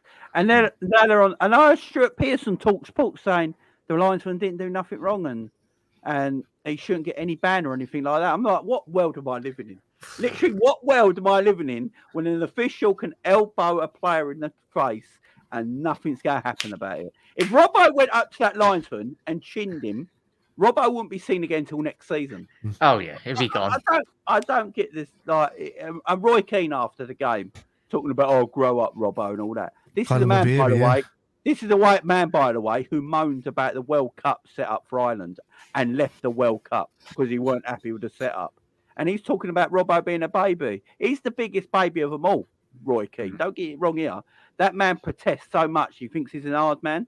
He's the biggest baby in all of football. I'm sorry, but he is. I can't stand the guy. Yeah. I know he's Irish, Spider, but he's not only Irish. He's literally from 10 minutes where I'm from, and I see what kind of fella he is. We got lads over here like that. He's a moaner, just a typical moaner, and always something's not good enough. And I understand that the mindset that United had back in the day under him, and he was a fantastic captain, and maybe that mindset is there. But then it does come across a bit sheepish in the way he goes on most of the time. I get it. Like, I can tell the type of fella he is. He's a hard graft and a hard worker and an old school head. But then there's too old school, and then there's too, my way. Like, I have to be super old school to get, to get respect. It's weird, but I see fellas like that all the time over here as well. So yeah, I get it. It's just a madness. Right, Virgil, guys, what we're saying for Virgil? Same as Robertson, really, isn't it? 4? Yeah. 4. Yeah. 4. I can't believe I'm giving Virgil's 4s. That's mad. Right, Konate, who went beast mode in that second half. I think Konate went in at half time, went to the toilet, got his syringe out, injected, came back out, went beast mode. That was a total different player in that second half. Look. I love Konate. I love his aggression. Sometimes his aggression, though, does put him out of position sometimes defensively because he's super aggressive. But I think in the second half, we needed that. That is what we needed, that aggression. No one got past him in the second half, by the way. See Martinelli try and get past him and just walked him off the ball. Yeah, I see that. It's like, no, it ain't happening, fella. It ain't happening. I've beast moded now. It's game over. It's like it ain't happening. He's different gravy. He's different gravy. He's a future superstar. I think with Varane now quitting the French international team after the World Cup, I think him and Upamecano are going to be the French centre backs going forward by the look of it. Yeah, this geezer's different class. What are we saying, Ricky? What are we saying? I'll give him an 8.5. 8.5. Yeah, I say the same. Yeah, first half, we've got to remember the first half was poor. Yeah. So anyone coming with 10s and all that, we've got to be a bit realistic here. Yeah, first half was a bit poor. What are we going with Trent and Ricky? I know you said he was your man in the match. I'd probably put him on the same as Konate, but I just think because he was going forward a little bit better, and the passing he made and the kick on that he had on from the first half, he was bad, Trent. So I think 8.5 for Trent, just purely in that second half. I thought he was really good. Okay. Jack, I know you got to leave, my man. I know you got to leave. Give me your player rating before you got to shoot. Yeah, I'd agree, lads. I'd go with an 8. I think he salvaged that second half. But a massive thank you, Jay, and everyone, lads, in obviously the panel, and everyone at home. Enjoy the Easter weekends with your family and everything, and look after yourselves. And yeah, massive thank you again, Jay, for having me on. Get you on very soon. Welcome, man. Yeah, see you later, everyone. See you later, my man. See you later on, fella. Cheers. So we're going same with Konate, yeah, 8.5. We've got to remember the first half, everyone was a bit. I've got to say, though, we ain't really spoke about Liverpool's performance before we carry on here. Liverpool's performance yesterday is a performance that tells me that there is still an old Liverpool there somewhere. There's still bits of the old Liverpool there somewhere. Where's this fight been? Where's this aggression been in this Liverpool team? Because I've been saying it for a while with the Arsenal team, yeah? For Arsenal, I still think there's a weakness with this Arsenal team. I don't think Arsenal like it when you get up on them. I don't think Arsenal have always had that thing, even years back, where if you get aggressive with Arsenal, they sort of get a bit wet, don't they? They sort of like, well, we don't want to get aggressive like this. Yeah, for me, Jay. Oh, sorry. Go on. No, for me, like I know that they've. I said it and just whatever podcast I've been on for the last few weeks. I said the only teams that have improved this season have been Arsenal, Brighton, Newcastle, and probably no Villa under what's his name, Emery. So but I said that's only just recently. So I think everybody else has kind of dropped off or stayed the same. I think City have slightly dropped off, obviously. I think we've dropped off, obviously. A lot of people are saying about the improvement in United, and I know Rashford's been scoring goals from, so he probably improved for them, but they stay the same. But when you go back to the fact that they're on less points now at this stage of the season than like even 7 or 8 points less than what they were under Ranić with Ronaldo last season. That's not an improvement for United. It's just everybody else has dropped off, and that's why they find themselves in the position that they are now. So, look, I think us, we've shown inklings, obviously, against, I'm not even going to go as far back as the 9-0 with Bournemouth. We've done it against the big sides this season. We showed up against Spurs. We showed up against United. We've shown up against Arsenal now yesterday. I think we've had a period over the last 4 or 5 games where there's been this capitulation after halftime, even though we look up for it and we're coming up for it. And it's that 10 to 12 minute period after halftime that's murdered us against Real Madrid, against Wolves, against Brentford, against City. It's happened over and over again, but I think we nipped that in the bud yesterday. I think we came out aggressive and controlled the game from the off and said, right, we're not going to open up, we're going to control it, and we're going to hold the ball back, we're not going to give the other team possession. And I think once we started doing that, I think, that's where the key is really to moving on and getting over those bad periods after halftime for us. Yeah, I agree. What do you say, Ricky? Yeah, I mean, we all know Liverpool's a team that builds on momentum. First 30 to 35 minutes, we were shocking. Then it took a tackle from Konate on, what's his name? Xhaka. And then the whole thing with Trent and Xhaka. And then the crowd sort of like got a boost from that. And from that minute, then the crowd were non-stop up for the game. And I just think Liverpool took that energy from the crowd and just took it on to Arsenal. And I don't think Arsenal, I think they were shocked when they went 2-0 up Arsenal. And then when it went 2-1, just before our time, I think they got a little bit nervy. They were probably glad it was half time. I think they then come out in the second half and thought Liverpool might, if they can get through the first 10 minutes, they can then probably pick us off a little bit. But we were just non-stop in that second half. The crowd were up for it all second half. It just shows that there is still fight in this Liverpool team. We just need to be more consistent with it. Like I said, we shouldn't need a reason. We shouldn't need a reason. We should just be able to play for the shirt. These are top level players. They shouldn't need a reason to be up for a game week in, week out. But I still stick by this. As bad as Leeds are, our away form's horrific this season. Yeah, so it's going to be massive. So hopefully we turn up at Leeds and we're not the Liverpool of most of this season. Hopefully we're Liverpool that are willing to fight for them 3 points again. Then we can just build from there. I just think it's going to be a building process for the last 9 games. Hopefully get some bit of run of form momentum and then see where we end up. Yeah, I agree. Right. Curtis Jones. He's been all right the last couple of games. He didn't do too much, 6. Screamed at Gakpo a couple of times for not passing the ball to him, and Salah when he was in an open position, which he had the right to do. I don't think people trust him enough, to be honest with you. But Curtis Jones, he can turn up and he can play a good game on the edge of a box, and then all of a sudden he can take 15 touches of the ball before he lays off a simple pass to where it should have gone in the first place. And that, I think, sums up Curtis Jones in a Liverpool shirt. Just too delayed on the pass. So I'll just give him an average 6 as well, to be honest with you. I'd match Ricky with that. Fabinho? non-applicable. Does that come to terms? Bag of cement. I think Fabinho was our worst midfielder yesterday, personally. I think he was our worst midfielder. I actually think Henderson showed more than Fab yesterday. Yeah. So I think Fab was. But I don't blame Fabinho. Like for this, he's exhausted. If you look at the last 2 to 3 seasons, Fabinho has basically been playing a 3-man midfield on his own, doing a 3-man job. So we've burnt him out. We've killed Fabinho. The club has killed Fabinho by not bringing in reinforcements to help take the load off of him. What's he been? The only 6 at the club for the last 3 seasons. So listen. We're all saying Fabinho is done, but I can't say a bad word against the guy. Like, I feel sorry for him in that aspect. Yeah, I get that. I just don't think there is.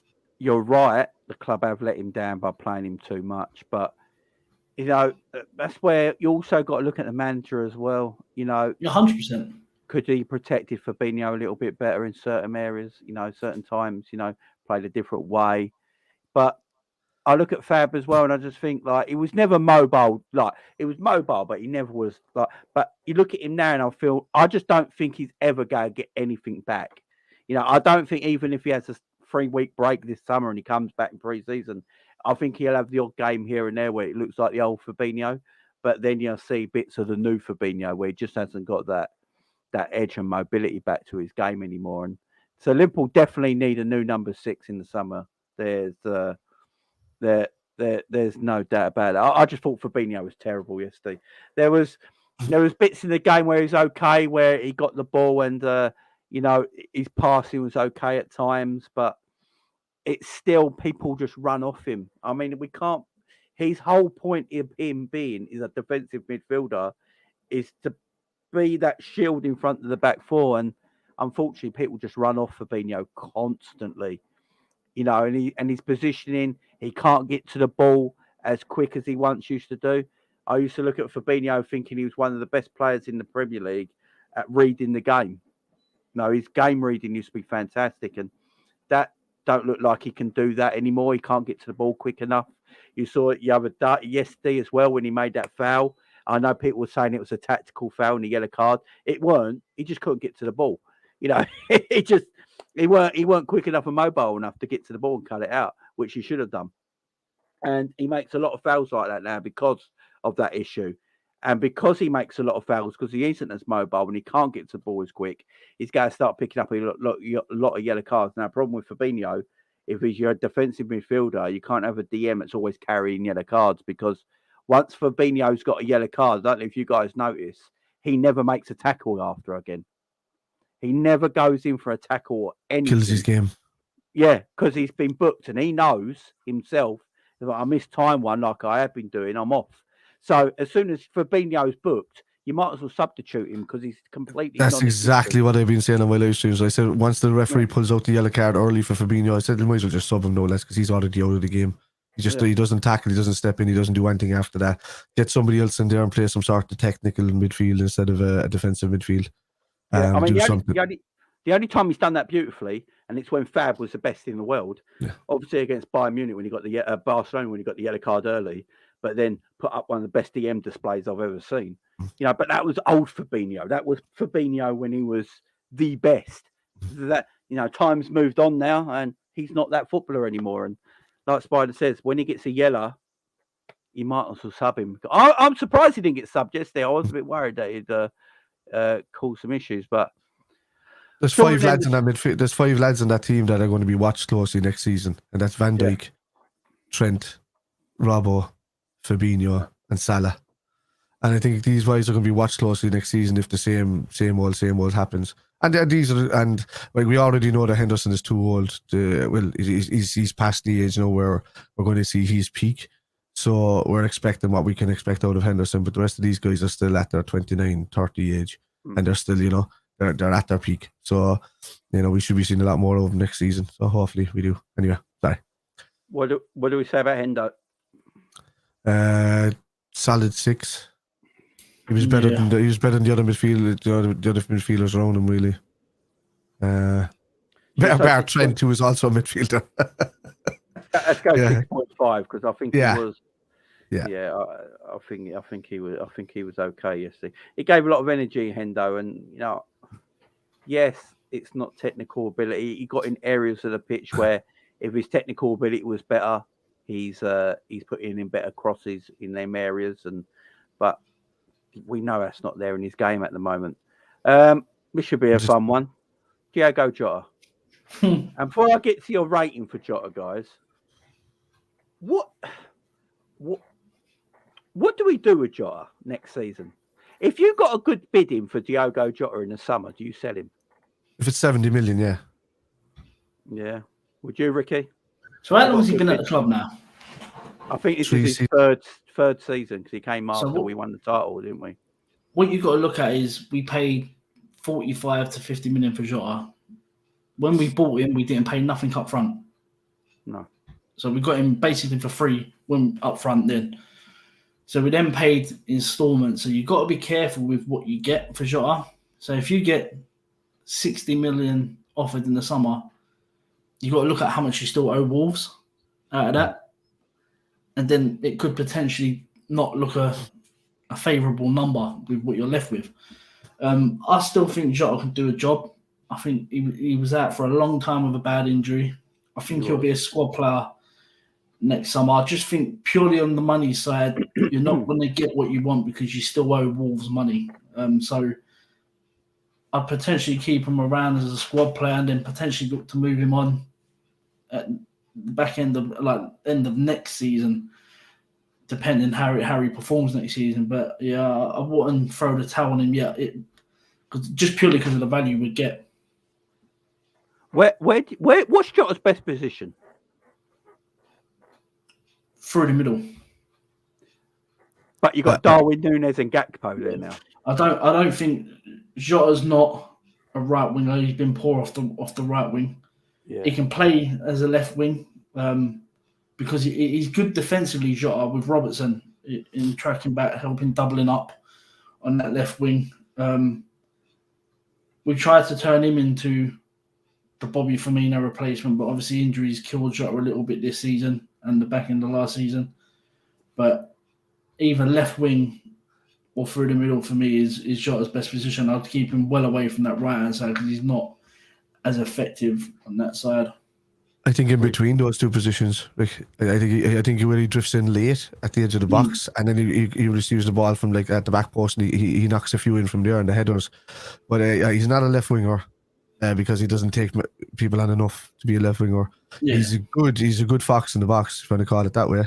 He can get in there. He's probably our most, let's say, poachy player, if you want to call him that, in that position. But I think what he's most effective is probably left hand side of like a left attacking midfield role, but up like a further, just to kind of drop back a bit.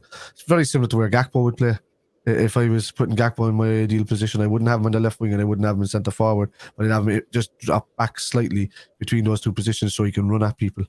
And I think Diogo can do that as well, but he just hasn't got the speed to do, whereas Gakpo's got the stride, and that's what I think he's going to be limited.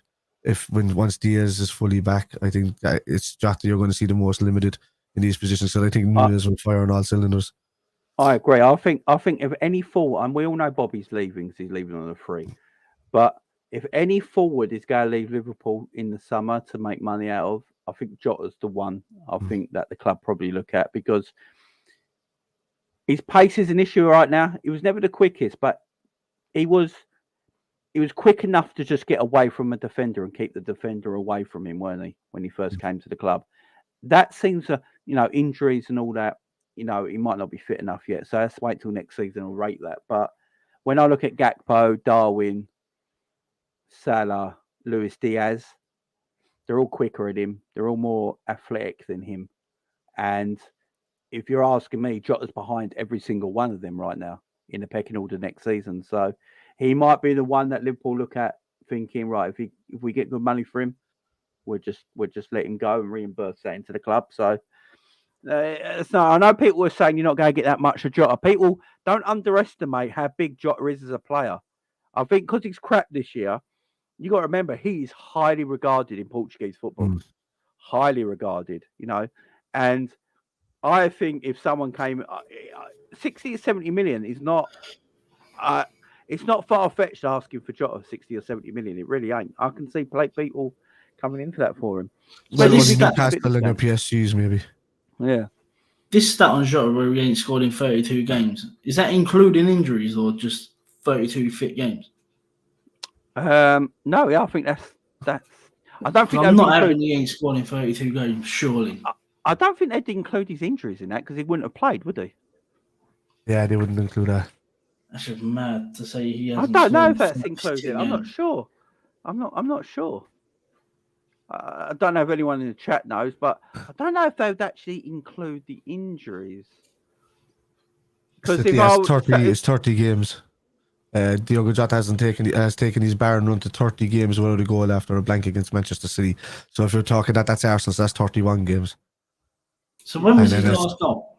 He scored for Liverpool. It was against 1 year Man ago City today. Yeah, against 1 year at ago the today. Etihad. The Etihad is the one he scored that time. 1 year ago today, apparently. The 2-2 draw with Salah's amazing goal, wasn't it? That one was the turn inside City. Yeah, the 2-2 draw. Mad. That is a worry. We can't lie. That's a huge worry. So now if you get an on-fire in Jota, even after his injury, it makes him even worse. And if you can get 70 million off of Newcastle for him, just take it. Just count your chicken. If we have to wait for a player to become good again, then we're going back into the same boat as Daniel Sturridge, as Oxlade-Chamberlain, as Naby Keita, and I don't want to go down that road again. I want to be kind of ruthless now going forward, and I like what type of player Jota is at his peak, but I don't want to wait for him. I want fellas to come in ready to kind of battle now, and if he's available to go for that money, I would take it. If it's the same money we got him for, and it's to fund somebody that's going to be better, then maybe I would take that. But I can't see us selling him for less than at least a 30% profit on him.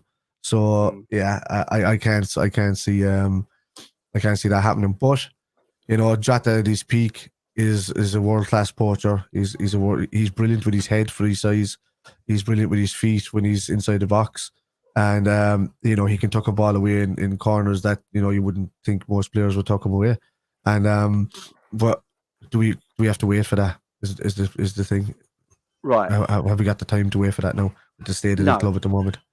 And everyone's asking, they don't know, right? So I'm on Transfer Market right now, looking at Jota's stats. Jota has played 19 games this season, 13 Premier League games and 6 Champions League games, apparently. He's had no goals in them games. He's had 7 assists, 3 in the Premier League, 4 in the Champions League. He's played 19 games without any goals this season, I do believe. That's what Transfer Market are telling me right now. If he goes to Newcastle, he scores 30 goals for them next season. That's when he's back to play. That's the kind of team that would suit him, nicking in there, early balls into the box, him just kind of glancing it. You'll see a lot of goals from him.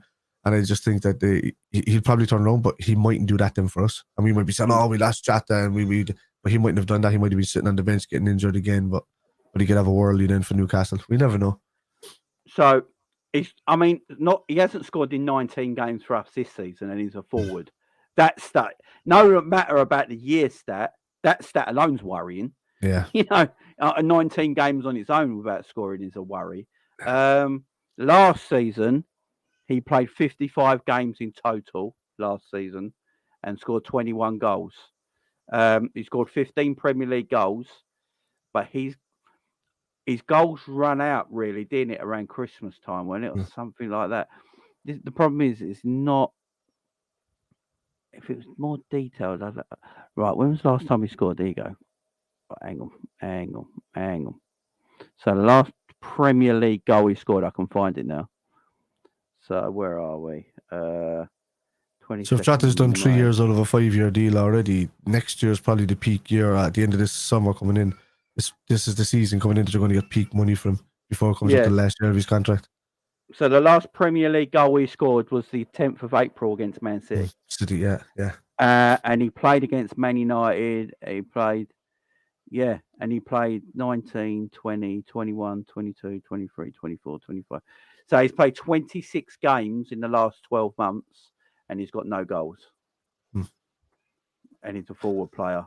Is that a one? Is that a worry? It Is that is. a worry, Rick? Massively. Considering where we are in the league, and it looks like it's only Salah scoring goals, so it's a massive worry when other people ain't contributing. And like Spider said, if you get the 70 mil, there's got to be serious conversations had about what we want to do. And this is true as well. 7 by Setic has scored more than him this season. That tells you everything. Gakpo, what are we saying? What are we saying about Gakpo? I like Gakpo. I like how he plays. I think he comes back and helps out as much as he possibly can in the midfield, even though he doesn't play in that position. And I think that most of the times he's probably our strongest midfielder, and he doesn't even play there. From the way he comes back and he wins the ball back from behind, the players don't even see him coming, wins it back, and then runs two or three players at the same time. I think his link-up play was great yesterday with Robbo and inside even Fab or Henderson. I think he linked up well with them, and even Bobby at times, you know. Yeah, look, Gakpo he's a solid. For me, I give him 7.5 to an 8 because he's been consistently strong. But one thing I will say about him, that dude can win a header and place it on a penny. So the amount of times in the last few games I've seen him jumping up in the air, beating a midfielder or a defender to a header, knocking it down onto somebody's foot or knocking it onto somebody's chest or in the pathway for somebody else. Sometimes he's played it into positions where people haven't read it, and you're like, oh my God, that's a lovely header, but he didn't read that and didn't run forward for it. And he's underrated for some of the work he does coming back into the midfield, really. Mm-hmm. Yeah, definitely. My problem with Gakpo, though, is he does a lot of great work, like you said there. But I look at him and I know he can finish. And when you've got Gakpo with his back to goal too much, the problem is Gakpo's never going to have the amount of opportunities to get in front of goal and his show weakest off position. and show his finishing, because we know he can finish. We know he's got a good finish on him. And that's why I think when I watch him on the left, you know, his goal for Liverpool the other day when it came off the left, when he cut inside, and that came off the left, and that's where you want to see him. Yeah. And, you know, we're playing Darwin out on the left. Darwin can't cross the ball. You know, all Darwin wants to do is, because he's a striker, he wants to cut inside all the time. Because he wants to cut inside all the time, Gakpo's got to drop deep. So Gakpo's got to get out of the way for let Darwin cut inside. And the majority of Nunez's goals this season has been him being a nuisance running through the middle. Yeah, exactly. And the minute we started playing him on the left, he did get a few assists, but he hasn't done much since, you know. So. Exactly. But can you imagine Gakpo cutting in? If Gakpo cut in on the left-hand side, Darwin would make a run into the box. Yeah. That's the difference. But when Darwin cuts inside and comes inside, Gakpo gets out of the way. He hasn't got that instinct to run into the box because he's not a striker. Yeah. So that's what drives me mad a bit sometimes, while we're playing it the wrong way round. But for what Gakpo's asked to do, you can't knock him for it. He's playing the false nine role, which ain't really his position, but he's doing it okay because he doesn't lose the ball much. Not at all. He's very strong. It keeps it very well. He's got a good turn of pace on him. I thought he was actually all right. I was going to go 7 for Gakpo. What are you saying, Ricky? Yeah, I'll give him a 7. He's good with his ball retention. He can hold the ball up. He knows where the other two forwards are with him. Tracks back, wins the ball.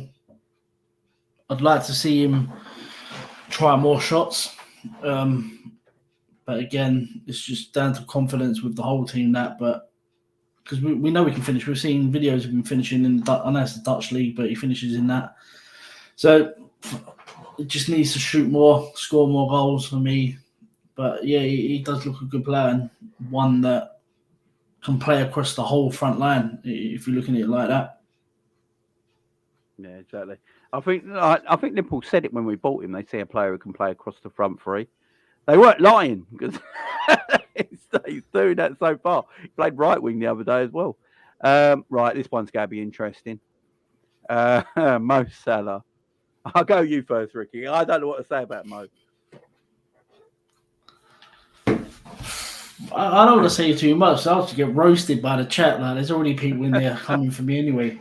It's hard with Mo. It is hard with Mo because he did score, but then he ballooned. I actually thought for a player of Mo's quality, I actually thought he had two good chances that are, not including the penalty. I thought he had two quality chances that he should have done better with for a man of his quality, and obviously the penalty miss. I'd give him a 6.5. Yeah, needs to come off penalties. He's never been a good penalty taker. I don't care what people say that he scored penalties in the Champions League final. That's all good and well. No, he's a smash down the middle, don't he? Yeah, he's a smash the penalty merchant. He's not a good penalty taker. It's just hit and hope, really. Smash it as hard as you can. Hopefully, it beats the keeper. Needs to come off of him. There's two now he's missed on the bounce by not even hitting the target. But again, I love Mo. What he's done for the club is amazing. 6.5, but get him off penalties. What are you saying, Spider? I'd say a 6.5 as well. He would have gotten a 5 if he didn't score a goal. That's the kind of way I'm thinking of it, because I think Mo needs to play in Mo's position and not out the wing. Because he needs to tuck back inside. He needs to be on the edge of that 18-yard box, and he needs to let a lot of people underlap and overlap him, and just be the pivot and get into position. The amount of times that he can tuck inside, release somebody out on the right like Trent or whatever, him moving out that far out the wing has destroyed his game. Because you look at the United game with the 5-0 there last season, the amount of times he tucked inside and it opened up for either Naby to run outside him or Trent or Henderson to just loop the ball in the box. And then he was there with a clean-up. Goals against Leeds were proof of that. He takes up these positions that are just right-hand side of the, between the penalty spot and the edge of the box, and it's a perfect position for Mo. Yeah. I think people forget as well, Mo is not a touchline winger. No. He's not a touchline, like Luis Diaz is a touchline winger. If you go back and look at Mo's goals, I did it today, and I was going on YouTube and looking at all Mo's Premier League goals. They do the 100 Club on YouTube, don't they? And I was looking at all Mo's goals. He's very tucked in on that right-hand side, almost sometimes like a centre forward. But that is because of the genius of Bobby Firmino. Yeah. That's because of the genius of Bobby Firmino, who used to do the. I've said it before. Leo Messi might have made the false 9 position, but I don't know if there's anyone better at it than Bobby Firmino. Yeah. I literally, you can argue Thomas Muller maybe. Messi was obviously Messi. I'm not saying, but Messi could play right off left. Anyway, he's Messi. But can you name anyone arguably better in that false 9 position in his time than Bobby Firmino? I think he's that good at that position because he's so unselfish. Yeah. And if Bobby was more selfish, he probably wouldn't be as regarded. He probably would have lost a lot more, balls in that position. Probably wouldn't have created as much more. But because he's always looking to play in Salah and Mane, that's where Salah and Mane were a right forward and a left forward when Bobby was playing in between them. That's what they were. They just kept tucking in, and then they were scoring the goals. They were just tucking in. So Bobby would drop back and just create that space for him all the time. That's not happening lately, and that's the problem. And Salah is moved out further. Diaz can run the line, but also tuck inside. I want to see a lot more from Diaz, like coming up in the same position as Salah on the edge of that left-hand side, and just leaving Robbo with that space to cross the ball in. Because if they can just move forward an extra 15 feet or up the pitch, Trent and Robbo, there's a lot more crosses going into that box. Nunez is getting on the end of them definitely, and that's what I think we're lacking, is because Salah is being so tucked out, and whoever's on the left hand side has been so tucked out, and they're just stepping on each other all the time. There's no underlapping happening, because I think Klopp envisioned that Salah would move out and that Trent would underlap or Hendo would underlap, but they're so worried about their defensive duties or even staying around that midfield that nobody's underlapping him or overlapping him, and it just makes Salah, like, with his back to the corner flag and then running back and passing it back to Konate or Trent or Fab in the middle, and that's about his contribution then for the game. I think, I think they need to be tucked in, and I think Trent and whoever's on that right midfield position needs to be out there with Trent helping him, and Salah needs to be tucked inside ready to go, and so does Diaz, to be honest with you. And Nunez just needs to stay in the middle and be a nuisance. Yeah, I agree. This is a great comment. Salah, 13 league goals, Rashford, 15 league goals.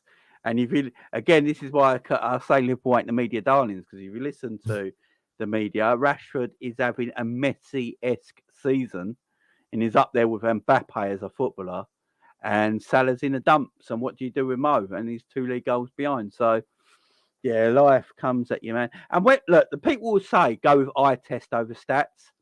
Yes, as that is a fact in sometimes.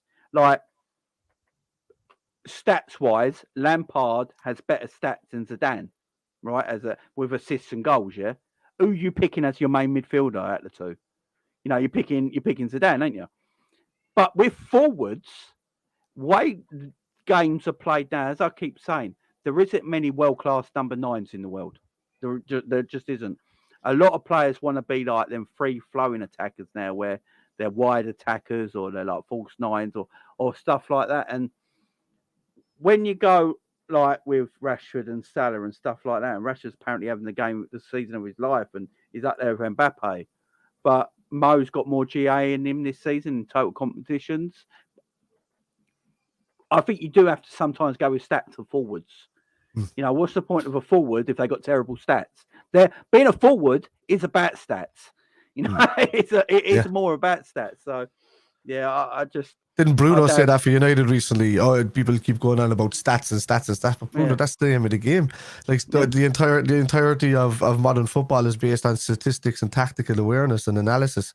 You know, so it's understanding the game more, not just sticking 11 lads out in the pitch who've had a point the night before like they used to back in the day. It's a completely different game, you know? Yeah. So and I'd have Salah over Rashford every day of the week, and that's not from a biased point of view. That's just common sense. You know what I mean? It's just common sense. Right, let's go to the subs. Let's talk about the subs here. Let's talk about Bobby Firmino. Bobby Firmino, come on, he loves Arsenal, does Bobby? Yeah, he does. It was his last game ever against Arsenal in English football. I thought he was fantastic when he came on. He kept the ball. We talk about that false 9 role. No one plays it better. Even now in our team, still the best at it. The way he gets the ball, the way he picks it up. See the bit when he's picking it up deep in the midfield and he's playing little 1-2s and playing give and goes and opening up space straight away. And you're like, oh, this Bobby. And then obviously he got the equaliser. By the way, I don't think anyone's commended Bobby for that header, by the way. That was a controlled header. A great header. He didn't actually smash it. It's like, the 87th minute? It would have been a bit, hang on, I've got to score this, you know. I've got to make sure of it. It was such a calm, composed, controlled header that I don't think he's getting enough credit for it, personally. I think he put enough height in it that nobody, even a goalkeeper, was going to be struggling to try and tip it over if he was in the right position. That goalkeeper would have to be in a perfect position to stop that, Yeah, it was beautifully controlled. And Bobby's actually much better in the air than people realise. He's actually really good in the air. Yeah. What are we saying with Bobby, guys? So I thought his 20-minute spell, 25-minute spell, I thought was fantastic, to be perfectly honest. Go on, Ricky, what are we saying? Yeah, I'd give him an 8, Bobby. I think when he come on, the Arsenal back 4 line sort of dropped off a yard because how deep Bobby comes to get the ball. His work rate was top notch when he come on, won the ball back a few times, some neat little passing, and again got a goal for us. So yeah, I'd give Bobby a solid 8 for that. Yeah, definitely. What are you saying, Spider? What are you saying? I was saying 8.5 because he got the goal, because of his work rate when he came on, because how much he helped out the forward line and got back to help out the midfield. I would have said 8.5, 9, just for the period that he played. Maybe over a longer game, I probably would have gone with 7.5 to an 8, but it depends on how much, because I think Bobby's more impact now coming on, not really at the start, because he's not doing much over a 90-minute period, but he's doing better over maybe a half an hour period. And I think that's what's key for him now for the rest of the season, to nick in and get goals for us. I think he's going to be used like that for the rest of the season, to come on and help control the game and maybe create more openings for the forward line. So yeah, I would give him an 8.5 just because I'm hoping that's what we use Bobby for the rest of the season, and I want to see more of it, and the goal, obviously. And you know what? Even with a player leaving at the end of the season, like Bobby's made his mind up, he's leaving. I know for a fact that Bobby won't down tools. No. I know for a fact, not like a Naby Keita is down tools, you know what I mean? An Oxlade-Chamberlain is down tools, you know. I know for a fact Bobby will give his life for getting Liverpool a goal or win a match or something like that. Look at him yesterday. And he wanted another one straight away. He's like, no, we can win this game because Bobby's got that mindset. He's been there with Liverpool where, hang on, we can win this game. I see the tide turning here. I do think if there was 5 minutes extra, if we scored that goal, I don't know, in the 80th minute, I think we win that game. I really do think we win that game. And I think Bobby was thinking that as well. His determination to win that game, you could see it straight away. And I said it in the watch log. I said it after the game finished. I was like, I gave a question out. I said, who would you rather keep next season, Bobby or Jota? And Bobby. I'd keep Bobby in a happy. Yeah, and I was like, I'm not getting emotional because he just scored, but even if he didn't score yesterday, the impact he had was far greater than Jota's impact. And I look at it and think, still, there's no one in our club who can do what Bobby does. Nobody. You know, Gakpo's trying to play that false nine role in that right now. He might grow to be good at it, but Bobby didn't have to grow to be good at it. Bobby just put in false nine and it worked straight away. And he was tremendous at it.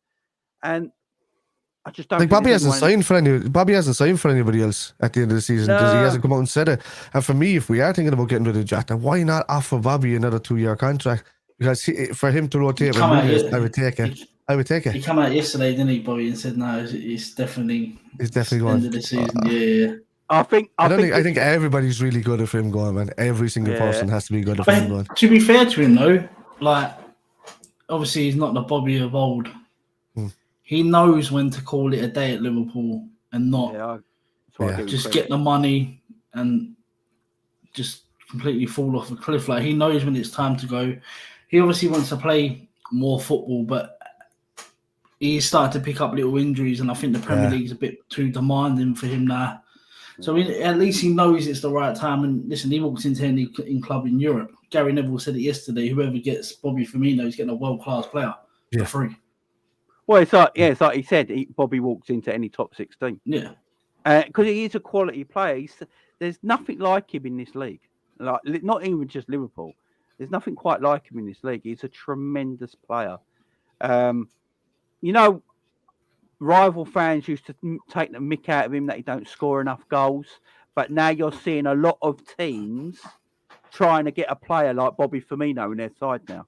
You know, because they realise that, look what that kind of player brings at the moment.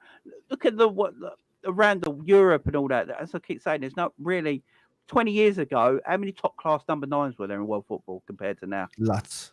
You know, there's such a small amount of world class. How many world class number 9s is there? Harry Kane, Osimhen, and Haaland, Lewandowski, and Suarez. Yeah. And they're all at the end of their careers, especially the last two, Suarez and Lewandowski at the end of their careers. And you're looking at Kane, Osimhen, Haaland, Jesus, maybe Gabriel. Jesus is quality, but Jesus plays that. Jesus almost plays like a false 9 as well. He's not an up top 9, is he? So it's. I love the guy. Like when Mane left, I thought, it's right time for Mane to go. I wasn't actually too cut up about it, but Bobby, I'm like, no, this one's gonna hurt because the man gives everything. But Ricky's right. I think the Gakpo signing put Bobby over the edge a bit. I think when Gakpo came in with Darwin there, with Jota there, with Luis Diaz there, Mo's always got to play. I think Bobby looked at it and went, I don't want to stay at the club just to be a bit part player. That wouldn't be right for me either. So, because I think Bobby can go to Italy tomorrow for Juventus or AC Milan and play every week without a shadow of a doubt. Darwin Núñez, man. What are we saying about Darwin? He's not fresh enough after that last hiccup with his injury. He don't look fit, does he? Yeah, he doesn't look fit enough. He was ill. Yeah. He was ill, apparently. He missed a couple of trainings for illness. If he's ill, should he have been on the bench? Who else you got to put on there? I mean, it's true. You got to fill numbers, isn't you? What's happened to Carvalho? He's a number 10. Something's going on. We don't play with him. He's a number 10, and we don't have a number. There's no number 10 role. You know. Do you know where it all went wrong for Carvalho for me? That Everton when he refused to go to Portugal under 21s. And after that, hasn't been seen. I don't think Klopp likes Klopp. Attitude is a big thing for Klopp. We've seen it in the past. Sacco. Yeah, there is a lot of talk coming out that he's got a bad attitude problem. Yeah. So maybe something to do with that. That is a great point, because I have heard little rumours online about Liverpool apparently don't like Carvalho's attitude at the moment or something like that. And as you say, Klopp is very personality based. You know, Klopp said it before. If you're a good player but got a world class personality, he'd rather that over a world class player with a terrible personality. Yeah. You know, that's why he would never buy someone like Paul Pogba. You know what I mean? No matter where Klopp played, he would never play for him because that personality, he's like, nah. He'd rather have a player that's very good with a world-class personality instead of the other way around. If you can get world-class and world-class in the same person, like a Mo Salah who's got a world-class personality and a world-class player, then you got a big one there. But yeah, Carvalho, you know, as Colin says, been locked in the toilets. And Salah doesn't have competition at all either, Jamie, for next season. No. Could you see the potential of like a couple of big exits happening our way and going for somebody like Youngman's son on that right hand side? Somebody like that, like as I think Spurs are going to be fleeced. Do you not think Harvey Elliott gets turned into a right winger next season? I think he's when we get midfield reinforcements. I think he's already a right winger, but Klopp is just not putting him in there, which is the problem, you know. That's probably because of midfield. Midfield options ain't very. Maybe. Well, Harvey should be put in that position. He was fantastic for Blackburn in that position. You know? Oh, sorry, I've just pressed the button then. Harvey's he's tailor made for the right wing, really, isn't he? You know, to cut back inside and shooting from the edge of the box.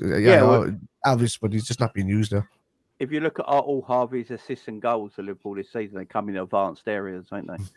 And that's. Do you remember pre-season when Harvey was playing right wing in pre-season? He was getting assists. Yeah.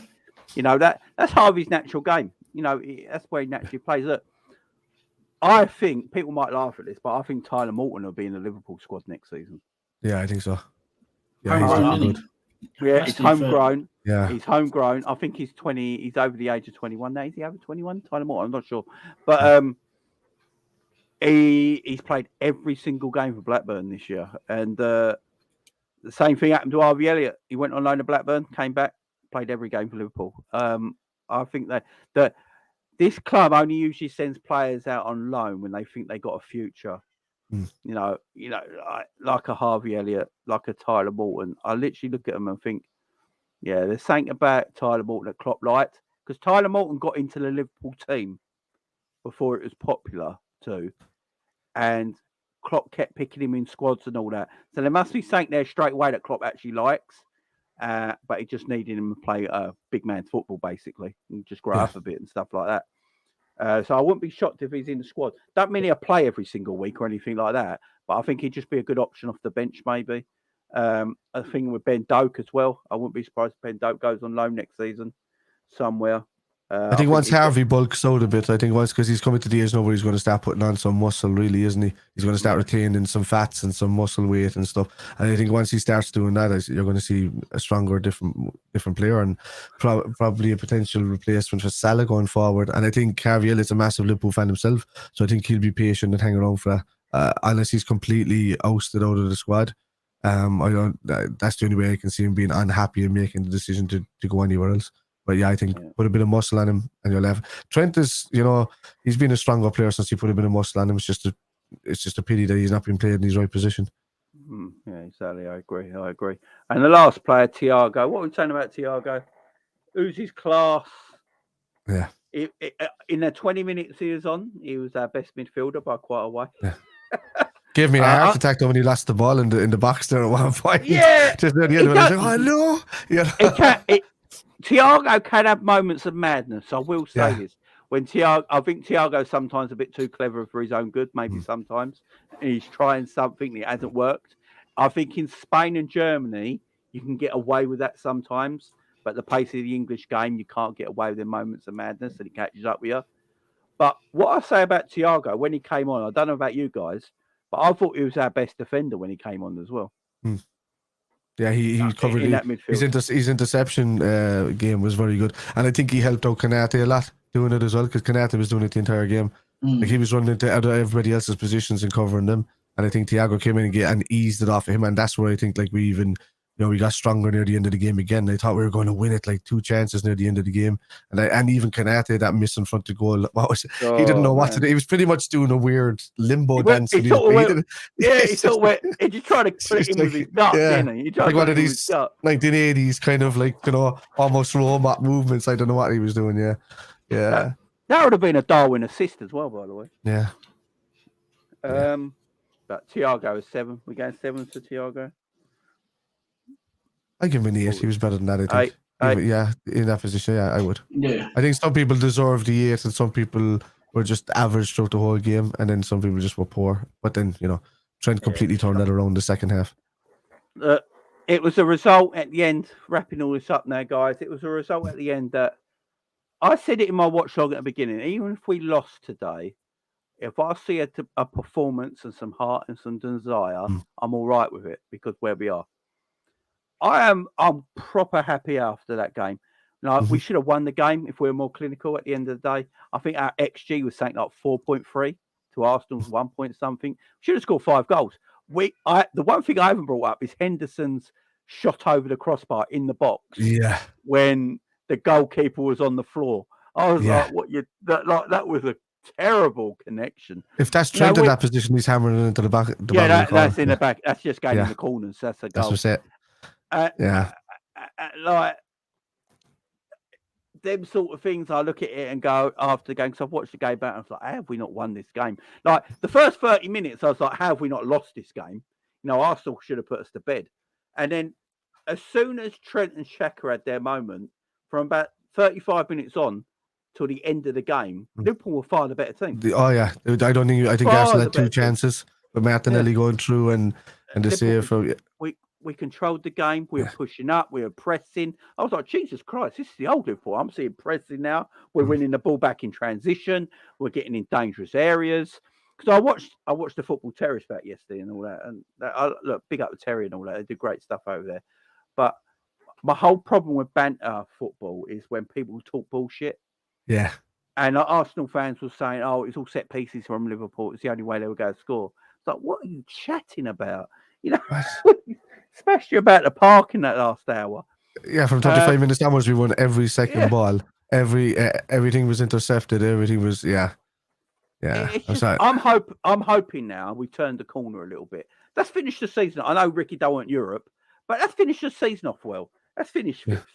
And fair dues to Arsenal fans as well, Jamie, for not even saying one bad word in that stadium yesterday. They were fantastic. That 1 minute silence was one of the best minute silences I've ever heard. There was not a beat. Yeah. So the Arsenal fans who went to that game, much love and respect to you guys. You went up in my estimation. The Arsenal fans on Twitter can go to hell. But it's a different world. But that Liverpool team, I want us to finish 5th now. Just go for it. I want us to go into next season with a bit of a positivity. Let's have a great end to this season now. We've got Leeds next and Nottingham Forest, West Ham away, who are dead. And then we've got Spurs at home. That's our next 4 games. All winnable. All winnable, in my opinion. Thiago's back now. Klopp said Luis Diaz will definitely be part of the Leeds game in some capacity. So let's have a good end to the season. I know the boys have got that energy and tempo. Yes, the home crowd helps. Anfield's just a weird place, man. It's just magical, and it helps.